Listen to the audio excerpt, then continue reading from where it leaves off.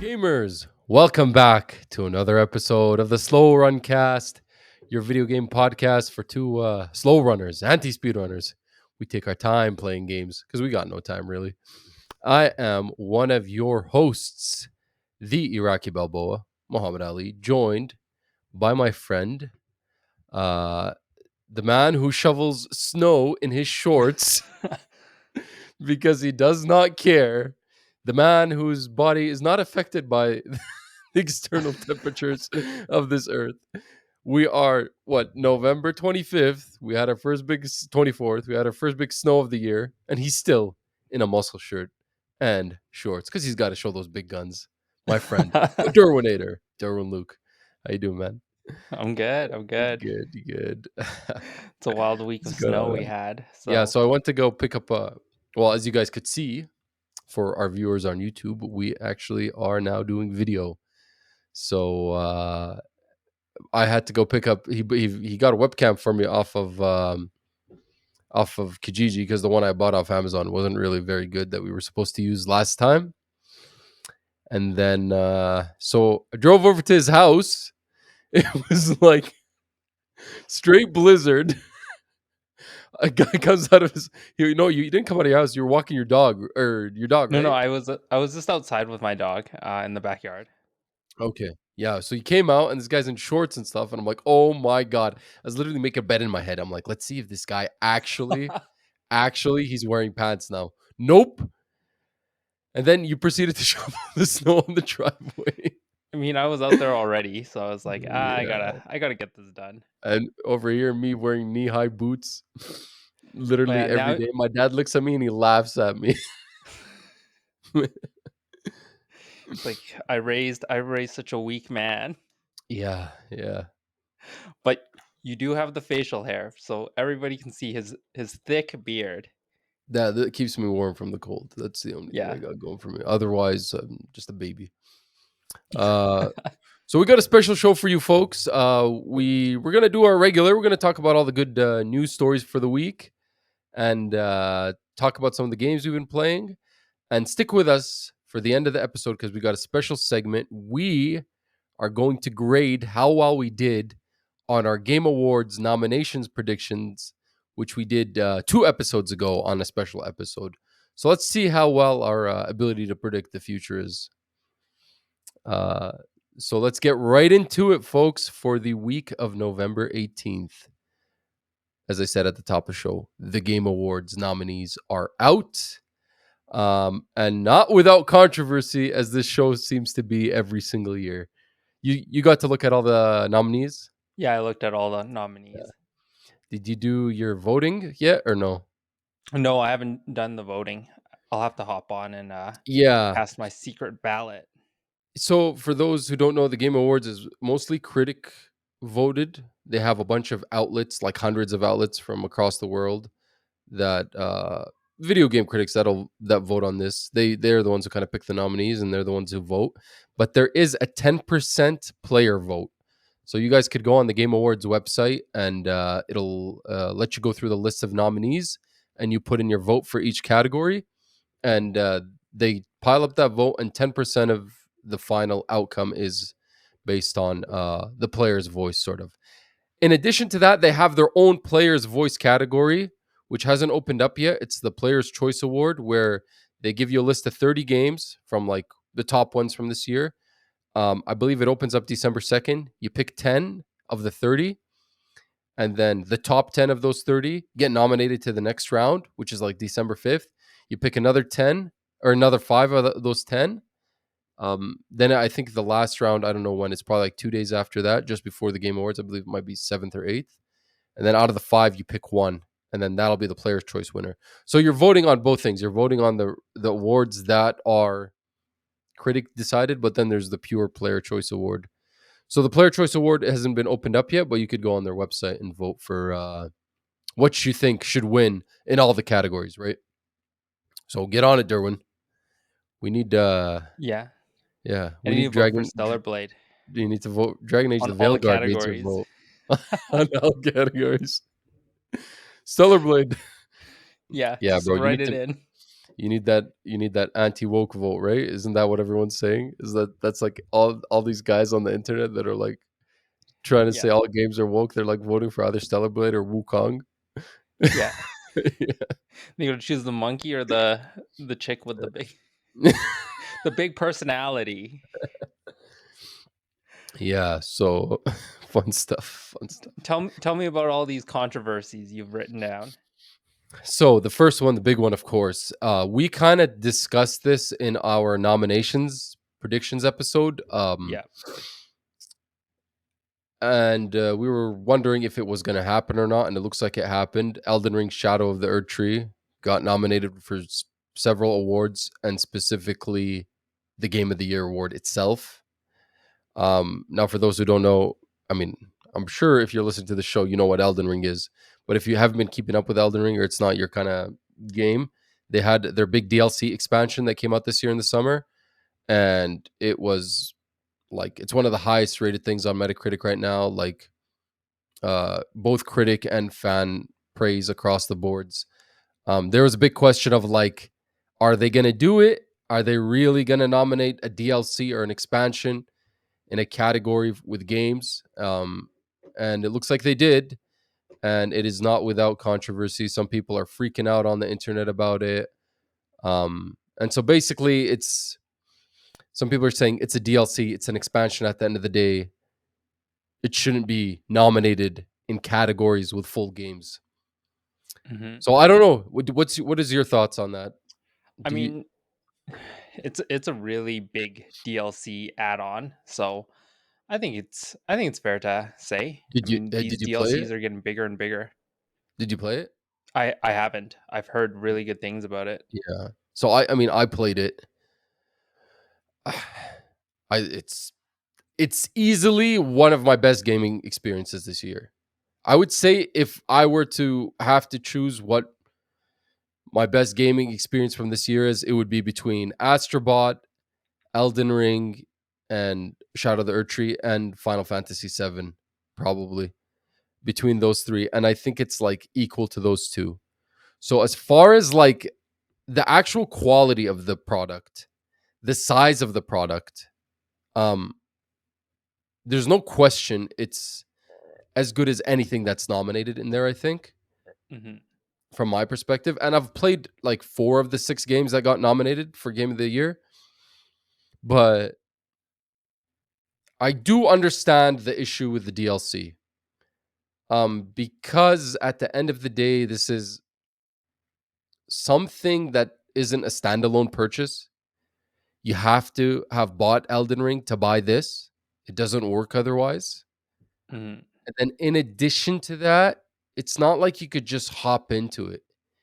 You, you have to play like, I mean, unguided without using a guide. And if you're not like trying to 100% every area you went through like I did, you're going to have to play at least 80 hours. And then maybe you're not even going to have to find, maybe you're not even going to find the boss because he's optional, the Yeah. one that allows you to access the DLC. So from that perspective, it's like imagine you're watching the Game Awards and Elden Ring Shadow of the Earth Tree wins Game of the Year. And you're like, all right, let me go pick it up. Well, oh, okay, it's not a full game, it's a DLC. Okay. Well, let me Yeah. pick it up and pick up the game. I'm like, oh well, how do I hop into Shadow of the Earth Tree? Oh, sorry, buddy, you don't. You have to beat Mog, the Blood Lord. Good job getting there. It's literally at the end of the game. So it's I don't know. I'm kind of conflicted to be honest with you on it. Not because I'm conflicted about the quality of Elden Ring at all. I think it's Yeah. easily I think if Elden Ring comes out, Shadow of the Erdtree comes out as a standalone spin-off game, like if it's the equivalent to Miles Morales from the original Spider-Man game, if it came out as just a spin-off to Elden Ring, like Miles Morales came out to the first Spider-Man, I think as a spin-off and as a standalone game, easily I would see it get nominated with any of these other games from this year. Like not So even a question. The only for the question is DLC, did you get to keep everything that you basically had at the very end of? oh yeah, So do you yeah. think it would have worked if you basically started from zero though, in terms of the difficulty scaling? Easy. Like I mean, if the developers release this as a standalone product Yeah. and they just change the difficulty scaling, it's easily as doable. You know what I mean? Yeah. They Would you just have maybe preferred that it came out like that though? it kind of makes no difference because you need to be because it has its own leveling system anyway. You need to Mhm. be really high level to even to play that DLC. To be honest with you, because it's hard. But once you get past that initial difficulty of it, it doesn't even your level in the base Elden Ring doesn't even matter. It's more governed by an additional leveling system called the Shadow Tree Fragments that could only be found in the DLC. But it's definitely a hard like some of those bosses are harder than anything in the base game. Mhm. It's for sure an expansion. Like the way it works structurally, Yeah. it's an expansion. It could have been tweaked and been released as a spin-off. I would say they could have released it as a spin-off, not as a second Elden Ring, because I don't think it matches the first Elden Ring in like scale and scope. But I like I'm conflicted about this too. Don't get me wrong. Like I think this is. I mean, if it came down to me and I had to vote today, it might be my game of the year. Like I had such an experience with this DLC, and it got me to go back and play more of the base game, right Yeah. from 2022. Um, but like I don't know. Again, at the end of the game, at the end of the game, at the end of the day, it is at the end of the game. Yeah. At the end of the day, it's an expansion. It's a DLC. It's and now everybody's saying, "Oh, does that why?" So it's the exception to the case. No other DLC has been nominated before. And I don't think that's an argument because no other DLC has been this big or this interesting. The only other one that's been this large, this interesting, this game changing, I would say, is Cyberpunk Phantom Liberty from last year. But Mhm. Cyberpunk Phantom Liberty came out in a year when you literally had banger after banger after banger, month after month after month. Baldur's Gate 3, Star Wars Jedi Survivor, Legend of Zelda Tears of the Kingdom, Resident Evil 4 remake, Dead Space remake, Spider-Man 2, Alan Wake 2, Super Mario Wonder, uh, Lies of P. Like it was just banger after banger after banger. So I understand. It's not that people are saying, "Oh, that DLC weren't allowed to get nominated before, and now they are." It's like, no, I don't think there's been a DLC where the question of even bringing in into like the thing is, this DLC is so big and expansive and insane that that's why it would be the one to that they'd have to ponder changing the rules for. Yeah. Just because no other ones come out before that was ever a question, you know? Mhm. I'd say like if Cyberpunk Phantom Liberty came out this year, yeah, I think we'd also have that conversation. Just because I don't think this year has been as strong as last year. Yeah. Yeah, I don't know. All I right. mean, we'll see what happens. What else is there in terms of controversy? Well, the other controversy is, besides, you know, going back to Elden Ring, Shadow of the Earth Tree taking a spot from another potential Game of the Year nominee like Helldivers 2, like Stellar Blade, like maybe Warhammer Space Marines. Not that two of those three games I even care about. I didn't really like them. I don't think they're that quality, but lots of people did, and they could have easily made their way in there. You know, or like Silent Hill 2 remake, or like Yakuza Like a Dragon Infinite Wealth. So aside from Elden Ring taking a spot from those games, Balatro took a spot in the Game of the Year nominations. So for those who don't know, and I honestly didn't even know that much about Balatro until these nominations came out. And I'll get back to Balatro when we talk about the games we've been playing because Yeah. this did spark a little bit of interest in me. But yeah, Balatro got nominated for Game of the Year. For those who don't know, Balatro is a indie card game based on poker hands. It's not exactly poker, but it's based on like poker hands, like Royal Flush, Straight, Four of a Kind, that kind of stuff. And it's like an indie roguelike deck builder sort of game. And lots of people liked it. It's developed by one person. I mean, it got lots of praise throughout the year. I mean, me and you did not think it would make the cut, Yeah. It but was it did. So a lot of people are mad about that now. How's Balatro making it in there? Stellar Blade didn't get a nomination. How's Balatro in there? Infinite Wealth didn't get a nomination. So that's the other one that people are up in arms about. So I'll get to it in the playlist. After I saw those nominations, I decided to take it upon myself to figure out why it got a nomination. yeah. So we'll talk about that later. Oh, it did win the Golden Joystick Awards. It separate. won something in the Golden Yeah, Joystick Awards, it yeah. won 2 things, Breakthrough Critics' Choice and Best Indie Game. Yeah, so but winning best indie game is one thing. Winning game of the year and being nominated in game of the year with Yeah, a bunch of these other games yeah. is something else, right? Alright. Third controversy. I this one to me is the biggest controversy, even though it's not the one that everyone's talking about like crazy. College football 25 does not get nominated for any award, including best sports racing game of the year, which is insane, man. Yeah, Like college football is probably the best selling game. Well, COD Black Ops 6 has come out since, yeah, so maybe that's overtaken it. But it's been the best selling game of the year so far. I mean, I'm not really a football guy, and I'm not really a college football guy. It seems like it's more of an American thing, yeah, definitely. right? But like that game, everybody was talking about it. It appears to have come out good. EA seems to have, hit the target with it, but somehow it got missed. Crazy. I don't know. Somehow it didn't make and what got nominated in there? NBA 2K25, Yeah, uh, EA Sports FC 25, um, I think WWE 2K, which WWE actually was a good game this year, but I just thought it would be nominated under fighting game for some reason, but makes sense. Top Spin 2K25, which I heard people were actually like dunking on.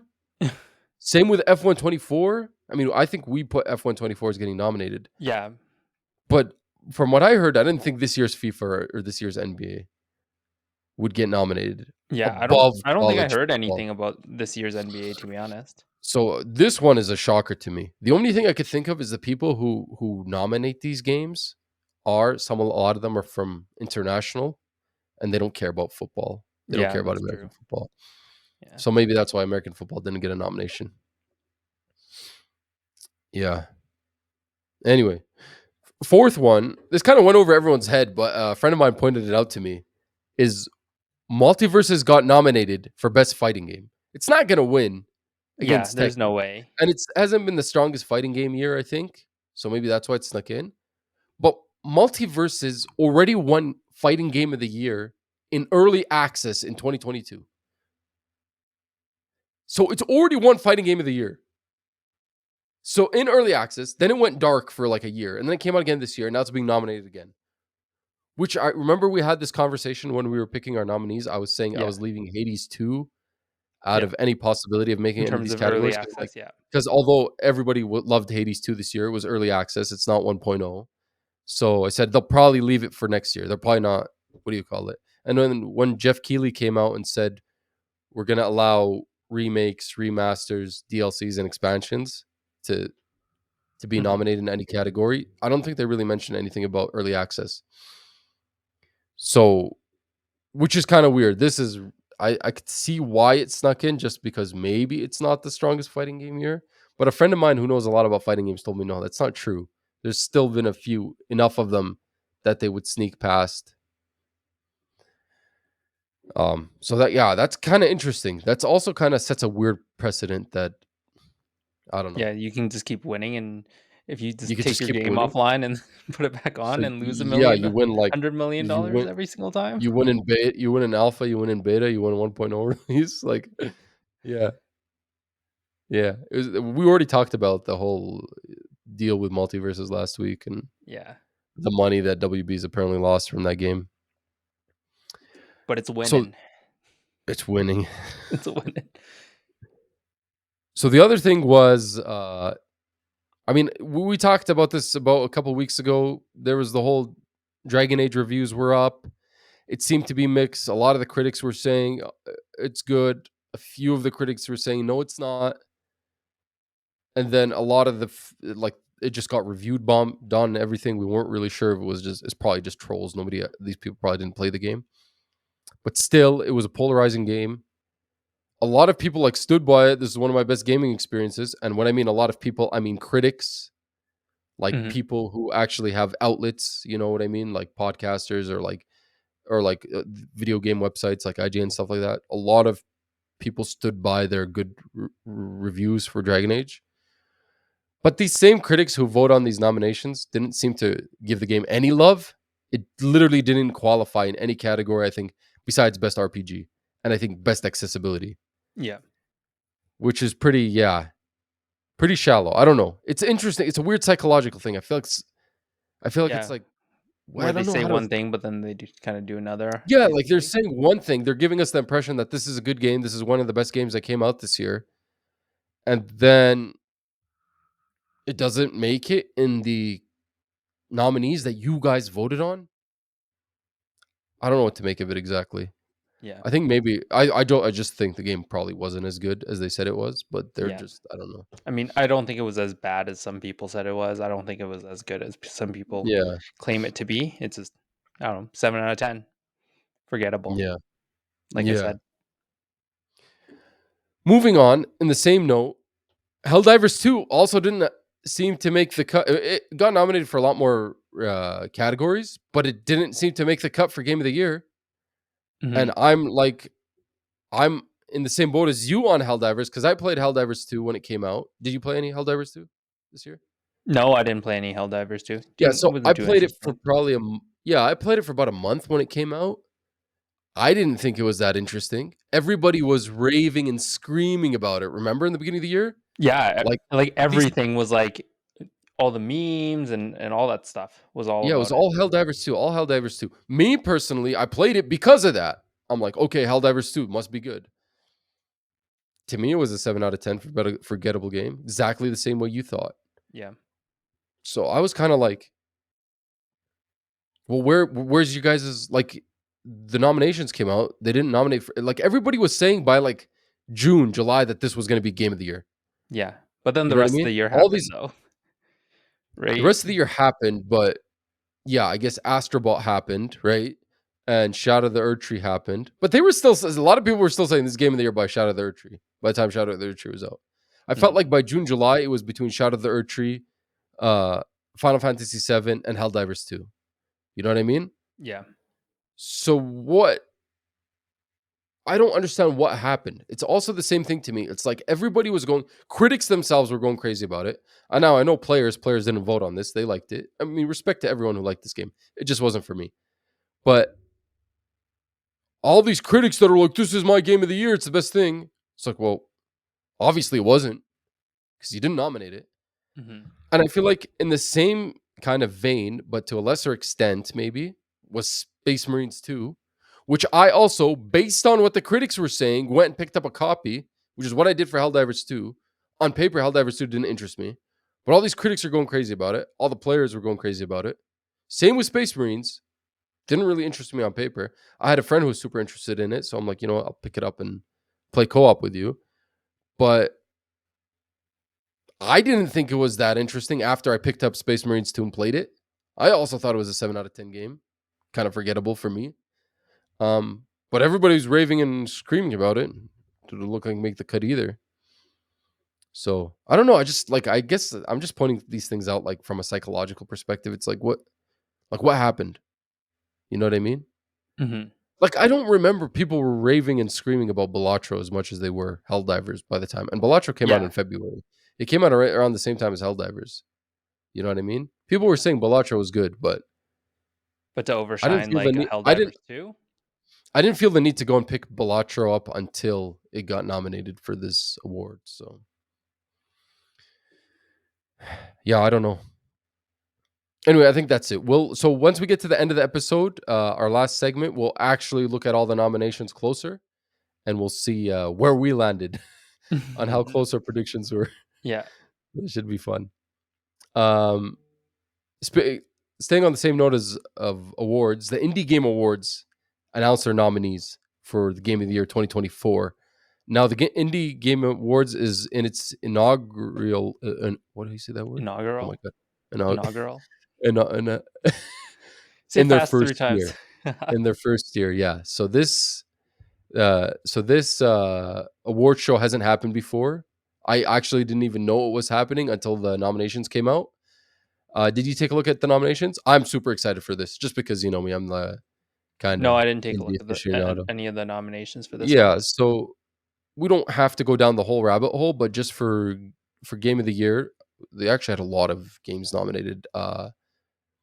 1000 X Resist, Animal Well, Arco, Balatro, Crypt Custodian, Lorelei and the Laser Eyes, Mouthwashing, Neva, Nine Souls, and UFO 50. But they got a bunch of other categories. You could go to their website and look at all these. I don't want to talk your guys' ear off reading every single one of these, but I've played a few of these games. It's actually crazy. Once I look at this, I'm like, oh, there's a lot of these indie games I haven't played this year. But this is exciting for me. I just love indie games. I love smaller experiences and more different experiences and these abilities for these studios to do these things that are outside of the quadruple A, as Ubisoft likes to say, box. So I'm excited. I'm excited for that award show. I think it happens around just December 19th. So this happens after Game Awards. 4 p.m. Pacific, 7 p.m. Eastern on YouTube and IGN. Staying on the same note, we had the Golden Stick Award or Golden Joystick Awards, which is an awards show, also like Game of the Year, maybe not like the Game Awards, not maybe as high profile, but this one is all fan based. And Black Myth Wukong took it away. They won Game of the Year at the Golden Joystick. Now it's all fan voted over there. I don't know. Do you think that's an indicator that Black Myth is also going to win the fan vote at the Game Awards? I think there's a pretty high chance. The I the think so. player base for that is so high, It's and insane. like Yeah. everybody seems to love the game on Reddit, for like the subreddit that I've kind of joined and taken a look at. So will it will the critics think the same way? I don't think so. I think like it may win like the player one for sure, but I don't think he'll ultimately win in terms of the video game awards. I don't know why, but I just think that I think critics will choose something else over it. It didn't review as good as any of the other nominees in there. It didn't Yeah. review as good as Metaphor. Like if you go on Metacritic or OpenCritic, the critic Mhm. scores for Black Myth are like low 80s, I think. Yeah. I think it was like an 82 or an 84. But are they I going to mean, say one thing and do another though? Who knows? yeah, I don't see it. But the thing, remember, the 10% that from the player vote, Yeah. that might be enough to take it over the finish The finish line. line, But I if the think, votes are kind of split between the few games. yeah, I still don't see it. I still don't see it winning Game of the Year at the Game Awards. It's just when it's all. I mean, it has a huge fan base in China, especially, Yeah. right? Yeah, especially, yeah. But even across the board, it was a hit across the board in a lot of countries. So I don't know. It's I mean, I'm still glad it won something yeah, because it's a good it does game. deserve It does praise. deserve. It is. It's one of the better games for this year for sure. Yeah. Yeah. Best audio design went to Astrobot. Best soundtrack went to Final Fantasy VII Rebirth. Agreed. Best storytelling went to Final Fantasy VII Rebirth. Agreed. Best multiplayer game went to Helldivers 2. Best visual design went to Wukong. Best indie game went to Balatro. Best indie game in brackets self-published went to Another Crab's Treasure. Studio of the Year was Team Asobi for Astrobot. Lead performance was Cloud. Cloud, Final Fantasy VII Rebirth. That is an abomination. please. Lead supporting performer Brianna White, Aerith. No, no, no, no, no, no, no. Aerith and Tifa are the lead roles of Yeah. Final Fantasy VII Rebirth. Cloud is just a backdrop. I don't know how that happened. That is an atrocity How m right there. how many lines of dialogue does Cloud actually have versus Tifa and Aerith? And, and then That's how many lines? BS. I know it is BS. How many lines of good dialogue did he have? Yeah, other But I mean, than to be honest with you, his character is supposed to be that way. So, like, yeah. you know, um, Breakthrough Award, Critics' Choice, Balatro. Still playing award, Minecraft. Still playing award on mobile, Honkai Star Rail. PC Game of the Year, Satisfactory. I heard Honkai that game Star was Rail really good. sounds so dirty to me. What do you mean? Isn't it the one from the Genshin Impact studio, or is that a different studio? I have Aren't there no like three idea, of those but games now? just the name of it, it just Honkai sounds Star so Rail. wrong. Isn't it Genshin Impact, Honkai Star Rail, and now they have Zenless Zone Zero that just came out? I've That's no idea. ZZ. Have you played any of those gacha No. games on mobile? Nope. Yeah. Nope. Haven't even downloaded the Pokemon trading card game, but Yeah, I feel I like just that'd be too bad. giggle whenever I see that name. Yeah. Yeah. I got Balatro on PlayStation because I'm like, I cannot risk playing that game on my phone if it's actually as addicting as they say. Yeah. I'm get in big trouble. Console Game of the Year, Helldivers 2. Most Wanted Game, Grand Theft Auto 6, of course. Critics' Choice Award, Helldivers 2. What's Critics' Choice Award versus Game of the Year Award? It's completely, I don't understand that. Oh, because never mind. Sorry, because it is fan voted. It's like the other way around. The critics get like a smaller share of the pie. So the critics chose Helldivers 2, which also makes no sense to me. How did the critics choose Helldivers 2 at the Golden Joystick Awards, but the critics don't even nominate Helldivers 2 at the Game Awards? Do you think Jeff Keighley's just pulling our strings here and he's literally running the show? Who Maybe. knows? Yeah, that is a So, strange thing. yeah. So they have an award for best game expansion, and Elden Ring Shadow of the Erdtree won that. So that's where that fit in there. Early access Lethal Company, best game trailer, Helldivers 2. Streamer's Choice Award, Chained Together. This game looks pretty fun. Have you seen it? No, The but ones the streamers were I playing, hear or you're one? you can torment your friends by being a shitty Yeah, you a can. shitty Basically, player. yeah. Best game adaptation, Fallout, and Ultimate Game of the Year, Black Myth Wukong. So that's I think enough for awards.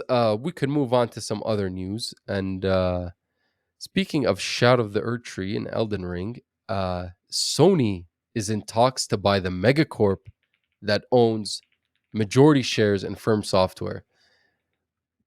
I just called them Firm Software. Firm Software. Get that? Firm Software. Yes. From Software.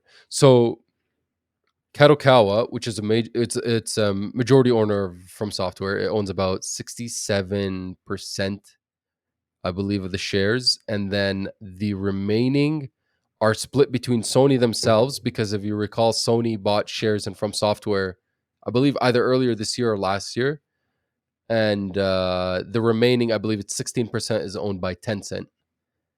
So this megacorp, they do like a bunch of stuff. I really haven't heard of them before today. This is not Sony buying Bandai Namco. Bandai Namco only published Elden Ring. They don't own From Software. It's not like an in-house studio. But yeah, apparently they're in talks, and then they confirmed. It sounds like we'll hear in a couple of weeks what's going to happen with that. If it's going to go through or not. Any thoughts there, Derwin? I think I think if Sony does buy it, that's definitely a good purchase for them.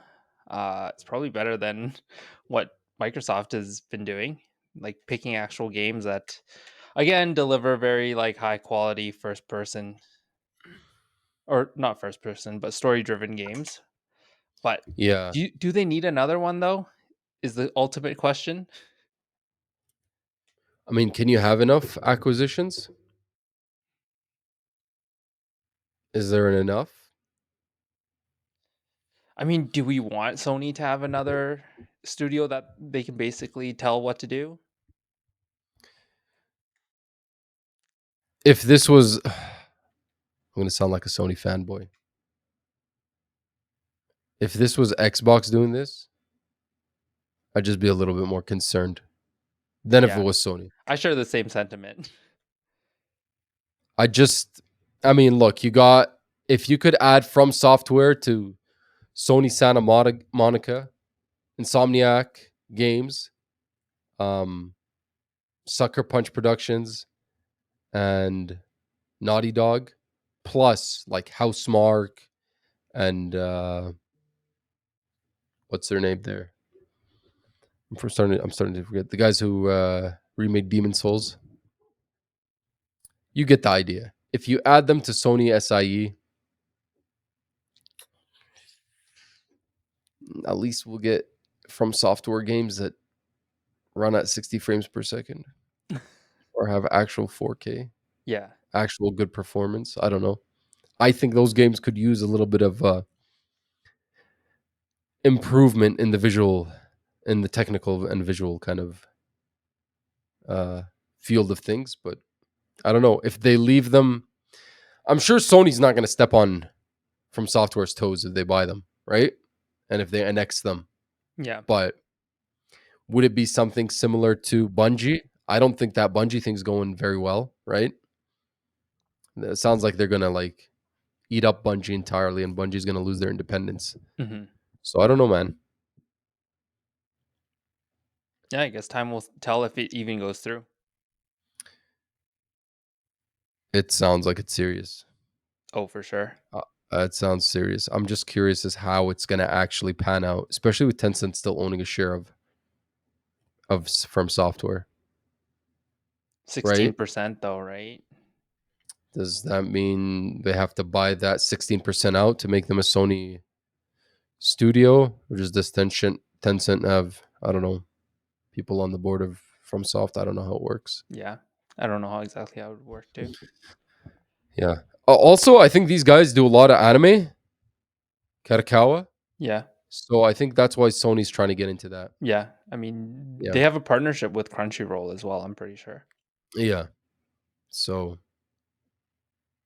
I don't know. We'll see. Time will tell. Um, Sticking to Sony, it looks like the PS5 Pro is uh is playing games worse than the base PS5. It is it's not upscaling or upresing, it's downscaling.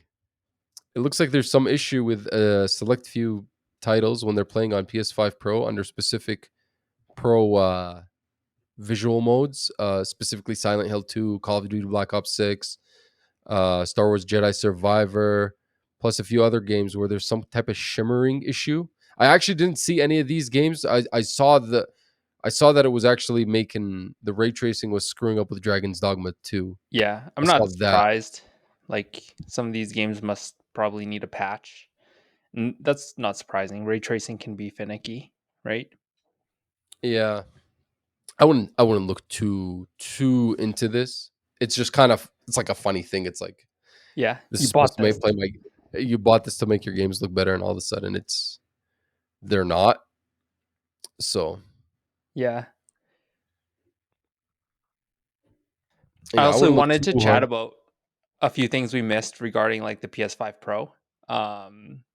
I don't know if you saw in the show notes, but I was kind of looking at some guy tear down the PS5 Pro, and it looks like uh, the heat sink for the chip now basically has these little grooves machined in so that the liquid metal won't flow downwards when you have your PS5 standing vertically.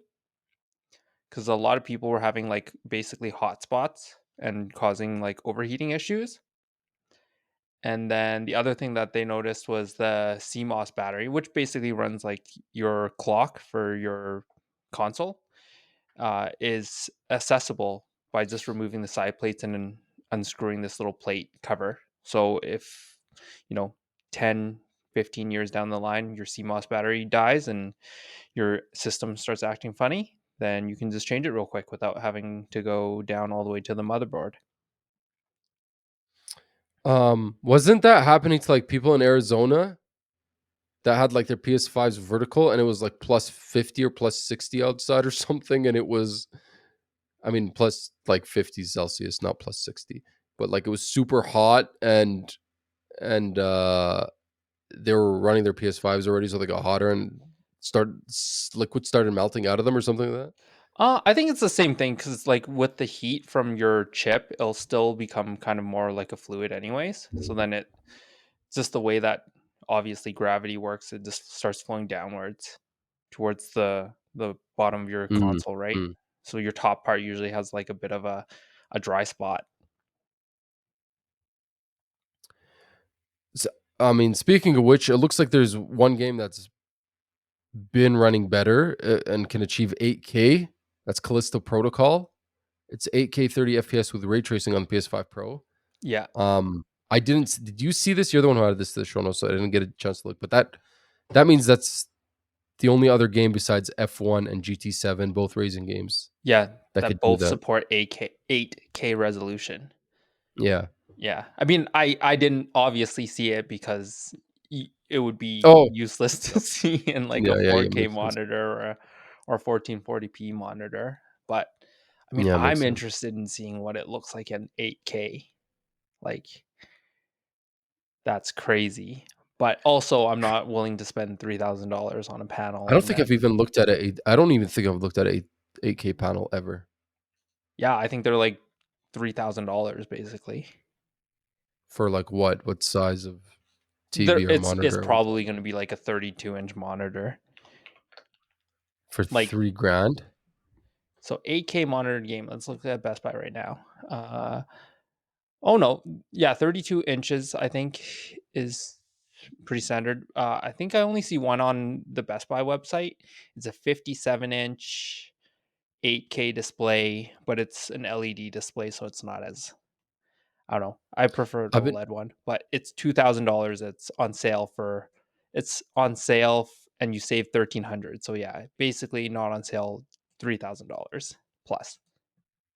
I've been hearing that they're actually kinda making less of them.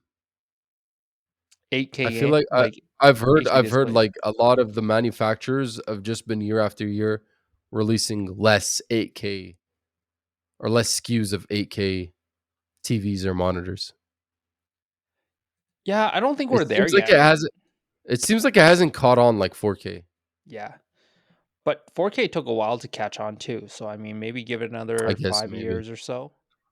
Maybe, yeah, maybe I Yeah. have amnesia here and I don't remember. Yeah, when it gets cheaper and cheaper to produce, but like these consoles and even PCs are having issues running like a 4K resolution at a high frame rate. So is there really a point to get an 8K display? I mean, other than to look at the pretty graphics, but like playability, I don't think I would ever want to play I mean, 30 yeah.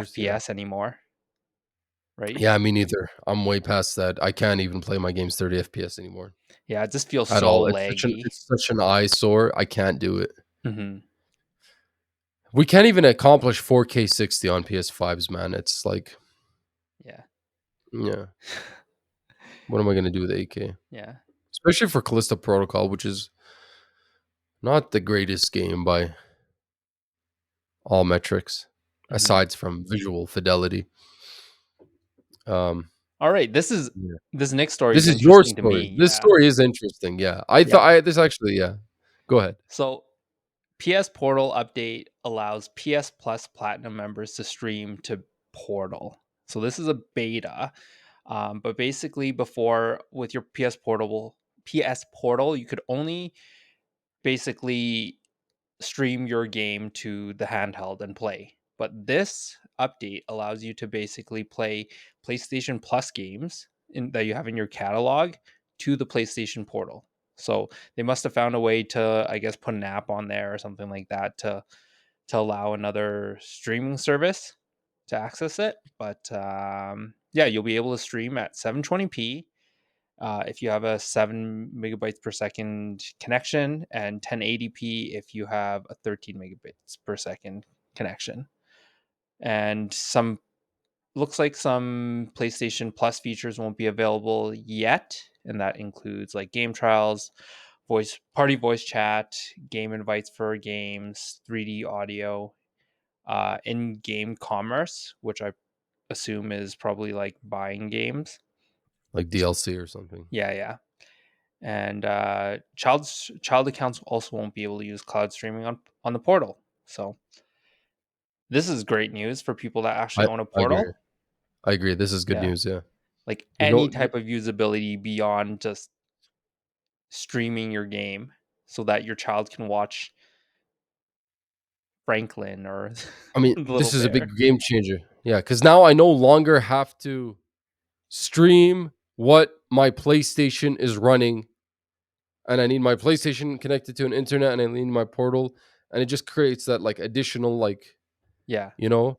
But it's like now I could just stream from directly from Sony's cloud, which you could already do with your PS5. Like you could turn on your PS5 Hmm. and go to PS Plus games, and if you have premium, which is the top tier of PS Plus, there's a handful of games on the PS Plus subscriptions that you can stream directly from your PS5. You don't download the game on your PS5, you just Hmm. stream it. It's running on the cloud somewhere over there, and you see it. Go into your PS5 and you see it on your TV. Yeah. It's Now great. you could do that with your Portal. It makes sense. It's like Yeah. why couldn't you ever? And then literally in the same week, Xbox allowed gamers to stream their own games in xCloud. So you have to be an Xbox Game Pass Ultimate subscriber. No, do you have to? Yeah, you do. You Yeah, do. you do, Yeah, you you need. do. Yeah, you And need then it you can for XCloud. stream 50 games that you already own. So that includes Balatro, Baldur's Gate 3, a variety of Final Fantasy games. So yeah, basically I guess games that might not be on Game Pass. Well, yeah. So Yeah. basically, on Game Pass, what you could do before is you could stream the games on Game Pass already through XCloud. So if you have your phone, I don't know if I was interested in this when it first came out, but I haven't really followed up with it. I'm not sure if you could do it on iOS yet or not, Mhm. but you could do it on Android. You could do it on a tablet. You could do it on your computer.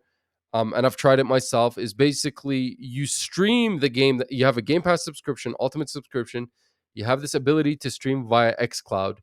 You stream your Game Pass games via XCloud on your phone, play with a backbone on your Oh yeah. laptop, Yeah, whatever. yeah, I've done that before. It So runs pretty so good. now yeah, I've tried it before too. I felt like there was a little bit too much input latency on some games, so Yeah. I didn't really stick with it. Um, but now what you could do is you could stream games that you physically own, not games on the Xbox catalog, Okay. but games that you actually own on your Xbox, right? So they So did Hogwarts like the Legacy. reverse of so So Sony is like one step behind them because now Sony's like yeah. now you could stream on your portal, which you could always. I think you could stream Sony games on your phone and stuff too. No, Yeah, I'm there pretty sure is, you or could. you could remote. No, Yeah. you could remote play. You could remote play on Yeah. your phone or whatever, right? So Sony's now letting you stream on their portal the PS Plus games. Yes. Xbox already lets you stream the Game Pass games on your phone or your laptop. Now you could stream your own games, right? Yeah. So the next step for Sony would be maybe next they let you stream games that you own that aren't on their subscription. Yeah. But if you're paying for their subscription. So you still have to pay for Game Pass to stream your own games, but it's not limited to Game Pass games. Yeah. I don't know. We're going down this direction. How do you feel about it? I mean, it allows you to play some of these games. It's definitely helped in a pinch. So when I was up in Edmonton with a previous ex of mine, I would always just bring my iPad or like something so that I could play like maybe not like the most demanding games, but like more like slow paced turn-based games on it, and it worked great. But yeah, I think I tried playing Need for Speed was one that just like did not work really nicely with it just because of the lag. But a lot of the games did work pretty well. I was like I was like an Xbox xCloud early adopter. Like I got in on that thing on day 1. And the reason was I was like seeing how interesting Game Pass was and I had like no way to play Game Pass games. Hmm. So I'm like, "Huh, maybe when this xCloud thing comes out, I think it came out in 2021 in beta, I could play these Game Pass games on the cloud and actually get in on that Xbox Game Pass." And I tried it and I hated it because there was like too much input latency, there was too much lag. Sometimes I couldn't get it work, sometimes I could. So in the end, I was just like, I'm just gonna buy an Xbox. So that's literally how I ended up getting a Series S first, and then I was like, oh, there's a Series X, which is kind of better, and I'm looking at comparisons on Digital Foundry. I'm just gonna buy Series X. So now that I have a Series X, I like in retrospect no longer care about that stuff anymore. I feel like Yeah, it no longer serves the yeah, you're purpose that I just was chasing the originally interested. high. Like originally, I was like interested in Nvidia GeForce Now. I was kind of interested in what was the Google one that flopped? Stadia. Yeah. Stadia. I was kind of interested in this. I was kind of interested in Amazon Luna. Now I don't care. I'm just like Luna I is the got my Amazon one. yeah, yeah. Well, moving along. Um, most of these other stories more or less game updates. But Ubisoft just always owns interesting. our news section. We Ubisoft need is to be always sponsored always by them at this point. yeah. So the Star Wars Outlaws patch, the big patch 1.4 just came out. It improves a bunch of the AI. It's a big title update. It actually changes a lot of the stealth objectives. It makes them no longer mandatory. Apparently, there were stealth objectives in the game Mhm. that you had to do, like some missions you had to do by stealth. If you didn't, you got an instant fail state. Um, yeah. So Star Wars Outlaws apparently has a new game director or creative director, even though the game is already out, which is very weird. But they got Yeah. rid of the old guy or he quit and they got a new guy and they're literally trying to fix this game. They're not maybe not trying to fix it, but Yeah. more or But less like reshape it with updates. Just because, it didn't come out to amazing critic reviews. It didn't come out to a lot of sales. Not a lot of people bought it. They're trying to change kind of the narrative on this. I think they're trying to take a page out of the Cyberpunk 2077 book. mhm. I was actually very excited for Star Wars Outlaws before it came out. It was like probably on my top hype list for this year. And then it kind of came out. I didn't buy it, I didn't play it, but I kind of just watched from afar and I'm like, Yeah. yeah. I think I'm a little bit surprised they aren't just like, letting it do whatever it's doing and then just starting new. But the thing is Ubisoft has found itself in kind of a weird predicament where like they want to do better, but then like if you put out Star Wars Outlaws 2, nobody's going to buy it because they'll know how kind of shoddy Outlaws 1 was. But then now they have to spend money fixing Outlaws 1 when they're not really doing so hot in general. So, I just oh, I see what you're saying, but I just feel like this isn't a Concord. It's not like a cut your losses. Like I feel like there's so much invested there that it's probably like let's just change the narrative about this game. Let's just get it past the line. Hopefully, we could get more sales out of it. I just feel yeah. like it's too much invested in it. It's too big of an IP, and it's almost there. Like it's not a bad game. It's just not a great game. You know what I mean? Like a Concord, there was no Mhm. saving that. So it's like just Yeah. ditch it. Like if Cyberpunk could do it, like I don't know, Cyberpunk came out like a terrible buggy mess, and they've not only revamped just the bugs, but they've revamped a lot of the game mechanics itself. Yeah. So, Well, be well, good interesting luck to to see them, what a man. few more updates will do, Yeah, but maybe I'll pick it up eventually when it's done being updated. yeah. I mean, there is a sale right now. I think it's only going for like Yeah, 50 I think bucks I, or s- I think I something saw it. like that. I did buy a couple of other Ubisoft games. I got Assassin's Creed Mirage and Prince of Persia: The Lost Crown. Nice. So I'm probably gonna play those over the winter or something. Pick Yeah. those one up. Those were like 30 a piece. Speaking of Assassin's Creed, it's been leaked that there is an Assassin's Creed Shadows Battle Pass with cosmetics for a single player game. Now, I don't want to confuse the listeners. This isn't a season pass. We already talked about the Assassin's Creed season pass getting scrapped. That's the one where you buy the season pass and you get all the future DLCs that you don't even know exist or not, or if they're Mhm. going to happen or what they contain and whatever along the kind of roadmap. No, this is a battle pass. This is like a Fortnite. This Yeah. is like ranks, and you get these rewards after. Yeah, after you do the objectives, right? Yeah, Yeah, yeah. When you sent it to me, I was so confused. I was like, "Why does this need some sort of season pass?" But then I read it and like it makes more sense. I mean, they're trying to put in more content for players to enjoy, which is a good thing. But it's a weird way to yeah, not just integrate it in the game.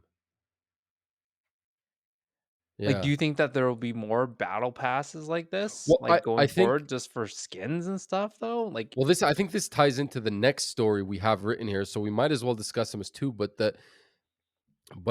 you remember that the Assassin's Creed Infinity, yes, which yeah, was yeah. like the metaverse of Assassin's Creed.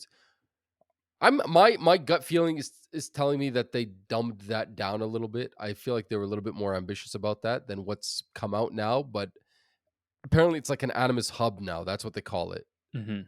It's the new name of Assassin's Creed Infinity. It's called Animus Hub.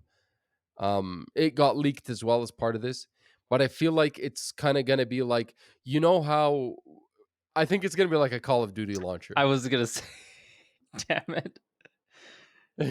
I think that's what it's gonna be Yeah, like. yeah. As in you go in and it's like, oh, you got Assassin's Creed. What's the new one coming out here? Shadows. Mhm. You got Mirage. You got Valhalla. You got blah blah blah. I bet you there's then the season pass maybe is like across all games or something, Yeah, and you like, they launch have, the like, specific you have to do game. this objective in this game to unlock this, and then this objective in another game to unlock that kinda deal. Yeah, kinda like right now, like Black Ops, you go in Warzone, they did the Black Ops integration into Warzone, Yeah, and, like, yeah. there's, like, a battle pass, and it's like you yeah. So it's like you get, like there's, like, Warzone skins for the guns, but then there's, like, Black Ops 6 skins for the guns. There's, like, zombie skins, like, I think that's what it is, which sounds like it's a lot, like I don't even get the point of it, whatever. But apparently, it's entirely free, the battle pass, Yeah. so I think there would just been so much, like, backlash if they made it paid, right? oh, yeah. I mean, it would be a step back, like everything they've done so far in the last few months to try and recover their situation, scrapping the early release kind of paid Yeah, early yeah, and release for Assassin's the Creed paywall. Shadows, getting rid of the season pass. You know, Mhm. yeah. So I don't know. I just thought it was. I saw this and I'm like, what? Moving along, more Assassin's Creed stuff. Assassin's Creed Syndicate, which is from 2016, Yeah, is getting a surprise 60 FPS update on Xbox Series XS, PS5, and PS5 Pro. And a lot of the other Assassin's Creed titles have already gotten 60 F patch boosts on this console generation. I think Origin or Odyssey was the first one. Then it was Origins. I think Unity got one early on actually, and now Syndicate. Now, yeah. okay, I specifically wanted to talk about this news story for a reason. Okay. When the PS5 came out, right? Like the big games that came out were like Demon Souls, so I played that. Assassin's Creed, or no, not sorry, Demon Souls and Spider-Man, Spider-Man Miles Miles Morales. Morales, right? So I played those. There was like a lull in like January, February, March before like Returnal came out, which I feel like was the next big thing. Yeah. So I was like trying to decide what to play on my PS5. I mean, in hindsight, I could have probably played. I tried to play Assassin's Creed Valhalla, but I was kind of like, I've played too many. I'm a so just backtrack. I'm like a I was a big Assassin's Creed fan at least back on like the 360 console generation and into early PS4. I've kind of turned on the franchise since. When Valhalla came out, I bought it and I'm like, do I want to play it? I don't know. So I'm like, you know what? Let me catch up on my Assassin's Creed backlog. Let me not play Valhalla. Let me play one of the older games that's like shorter. So I never played Syndicate for whatever reason. That was one of the ones I Mhm. missed. And I had recently was like trying to catch up on my Assassin's Creed backlog and I like finished Unity that summer before the PS5 came out. So I'm like, let me play Syndicate on the PS5.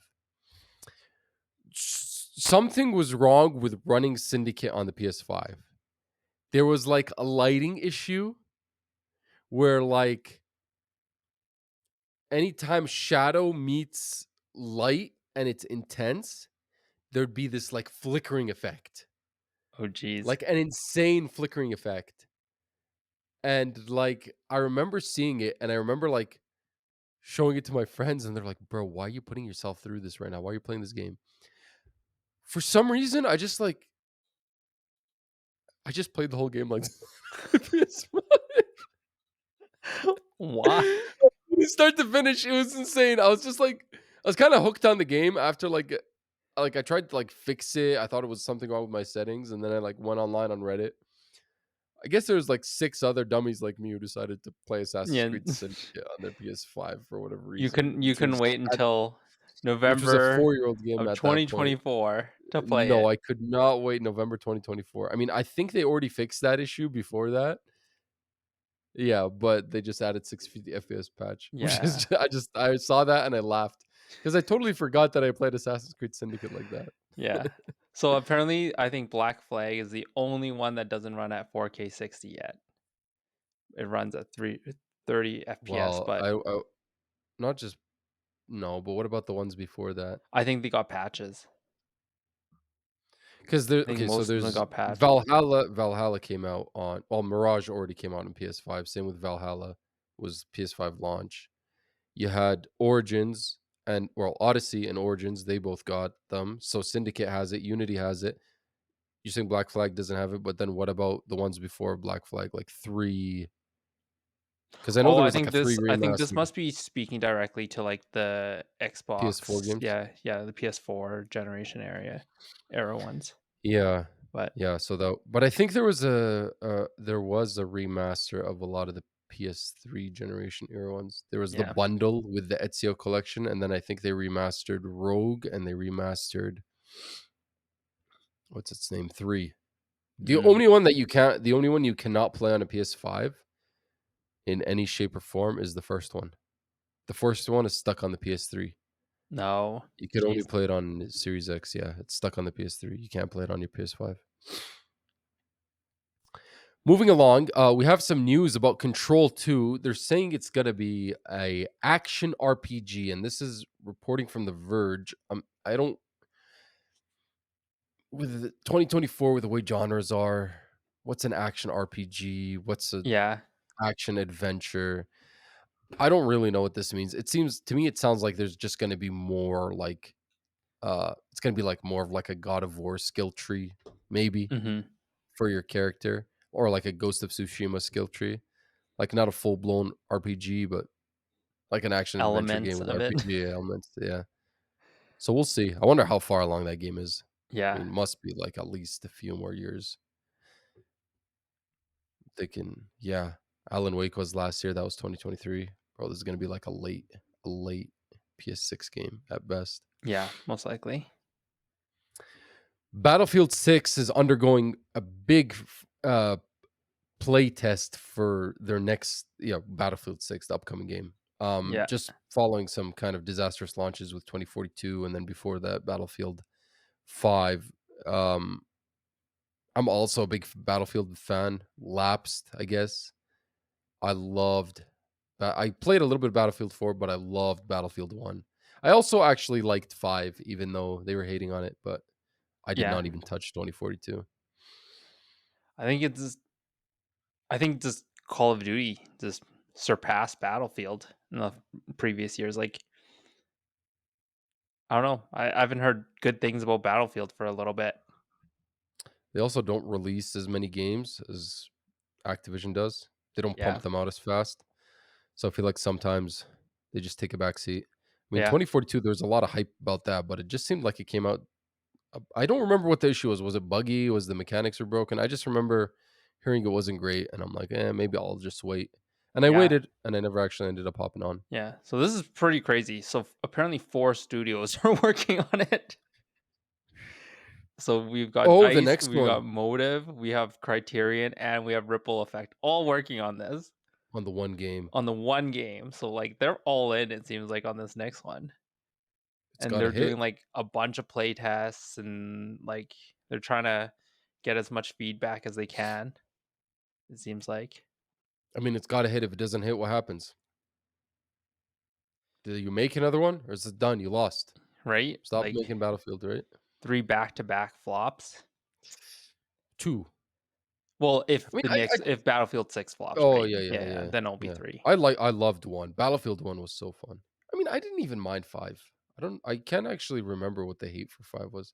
You know, sometimes when you're like I mean, I think before COVID, I wasn't really that in tune with, like, the gaming world. Like, I didn't really follow anyone on Twitter or, like, read news or I just kinda played games I wanted to play. I don't even remember what the controversy of 5 was. I Yeah. just played it and I enjoyed it. Sometimes when you're, like, not in tune with what the community hates about, you don't really know what the hate is about. Yeah. So I actually have no Just idea living your best why the life in your yeah. own little bubble. Yeah, I just know people hated that game. I don't know why. It was like World War II, which was already, like, overused, but Yeah. moving along, Final Fantasy 14 is coming to mobile. They had, like, an extended trailer about this. I don't know if you saw this. I didn't see the extended trailer. Yeah, it was I a read the gameplay article. trailer. It's not like a gimmicky, like, spin-off gotcha game or something. Yeah, No, it's it's like a Final Fantasy full-on 14. port, it seems. Yeah. Yeah, yeah, it is. Yeah, yeah. Yeah, I think it's from the Have same you makers of PUBG Mobile and stuff. Oh, really? Yeah. So Yeah, so it's, Tencent? yeah, Tencent subsidiary Lightspeed Studios, which I think we just covered. The Hideki Itsuno just joined. Oh, this is Yeah. Lightspeed Studios is doing this? Yeah. It's crazy. Oh, that's what they're working on. Oh, that's interesting. That's a Yeah. turn of events from Dragon's Dogma 2, mobile Right? version of Final Fantasy 14. Yeah, I and wonder how that's apparently they gonna work. wanna add, like, full, like, weather systems, day systems, and then port, like, all the abilities and equipment over. Seems pretty crazy. Have you played, FF14? No, that one's the online one, right? Like, it's It's the already online? MMO, yeah. Yeah, it's the It's an MMO? MMO, yeah, yeah. Yeah, not a big fan of MMOs, so You don't you you think your life is interesting enough that you don't wanna waste it away in an yeah, MMO? yeah, exactly. Dude, Come I can on, man. barely I can barely play these games. You could barely run this podcast episode with me without your Yeah. dog She's, like licking your she's face up. real keen She's on really not touchy. yeah, not me holding her right now. Oh, she doesn't want you to hold her? Yeah, yeah, she wants to, like, go play, but I'm scared that she's just gonna mess stuff up. She's already chewed through a few Oh, of my cables, so okay, okay, okay. yeah. Be safe. Be safe. Uh, moving along, technical director. Oh my god, I'm in trouble. I put this in there just to make it a Yutaka struggle. Ito of I'm not I don't even know how to pronounce their studio. I just call it RGG. RGG Studio, the makers of Yakuza or the Like a Dragon franchise, are wanting to make a new engine. Yeah, so the technical director wants to, but, there's no news on whether or not, like, it'll be They're gonna give funded. him the green Yeah, yeah, light. it doesn't Yeah. yeah, yeah, but, I mean, they've said a few times, or the studio head said that in 2022, it's their Dragon engine is getting a bit old. So they've released, like, I think, like, 8 games. No, 10 games in the last 8 years with the same engine. Bro, their output, I Right? know they just Insane. reuse assets. I know they reuse assets for their games, right? It's always like Kamurocho, or now it's Yeah, like yeah. Hawaii or whatever. But like, yo, we got Pirate Yakuza, like a whatever, the one that's coming out in February. All right. We had Yakuza Like a Dragon Infinite Wealth this year. We had Like a Dragon Gaiden, the man who erased his name, late last year. We had Like a Dragon Ishin early last year. We've had Yakuza Like a Dragon 2020. And in between that time, we've had Judgment and Lost Judgment. Don't forget those spin off games. Mhm. That's 7. Am I missing something? Like, Dude, I'm probably missing something. What else am I so missing? yeah, When did they 6 do come those out? Yakuza ones, but then they also do the Super Monkey Ball series and Virtua Fighter. Oh, I didn't even know that. Yeah, so they They don't develop yeah. those, do they? Or they just use the, engine? Do No, th RGG actually that they develop those games? yeah, it's like I think that's part of their studio. Let me just There double check was a real super quick, but there was I'm a pretty Super Monkey sure they Ball. do. But their output is Registration. insane. Yeah, dude, it's nuts. Like Yeah, dude, Virtual Fighter 5, Super Monkey Ball, Banana Rumble, that was them this year, yeah. yeah, like I don't know how they find time to do this, but those guys must just be on a lot of stimulants. Well, again, it's they reuse the assets, they know the engine, they're not trying to push to the graphics, even though graphically their games look decent enough for Yeah, me. yeah. Um, but good stuff, man. Yeah, good luck with this guy trying to get his the engine revamped. I'm gonna say I bet you the guys who hold the monies are gonna be like, if it's not broke, don't fix it. Keep making these games. Or they'll allow them to do it, but then make make them push out like 30 games. Oh, they're like, this engine better be faster. Yeah, 30 It's games in crazy, the bro. next like 2 years. They legit they legit have like PS2 productivity levels, bro. Remember like PS2, you'd get like a sequel the next year for your game? Yeah, Yeah. it's insane. Okay, so uh, we're, I'm gonna kind of briefly discuss this in the playlist. Well, actually, I'm not. I'm gonna bring it up right now. Last episode, I promised that I would play Microsoft Flight Simulator 2024 and Stalker 2: Heart of Chernobyl this week, so I could report on them on this episode. They came out on the 19th and the 20th, respectively. Um, and they're our next two news stories. I didn't play either of them because they both launched to like buggy messes, and I just chose to say, you know what, fix your game first before I try it, because I was like, do I really want to go play these games and then come back here on this episode and tell you, oh, they didn't work, oh, my game crashed or whatever? I'm like, I'm not gonna waste my time. Yeah. So it looks like Microsoft Flight Simulator. Well, I don't think it was a bug issue as much as it was the server issue Yeah. with Microsoft Flight Simulator. Yeah. So apparently, So yeah. yeah, go ahead.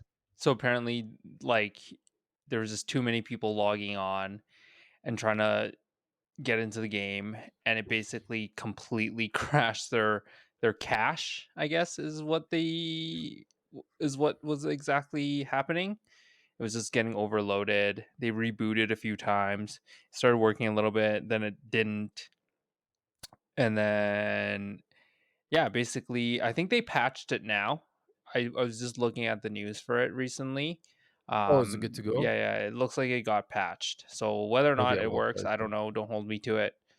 But yeah, it yeah. crashed.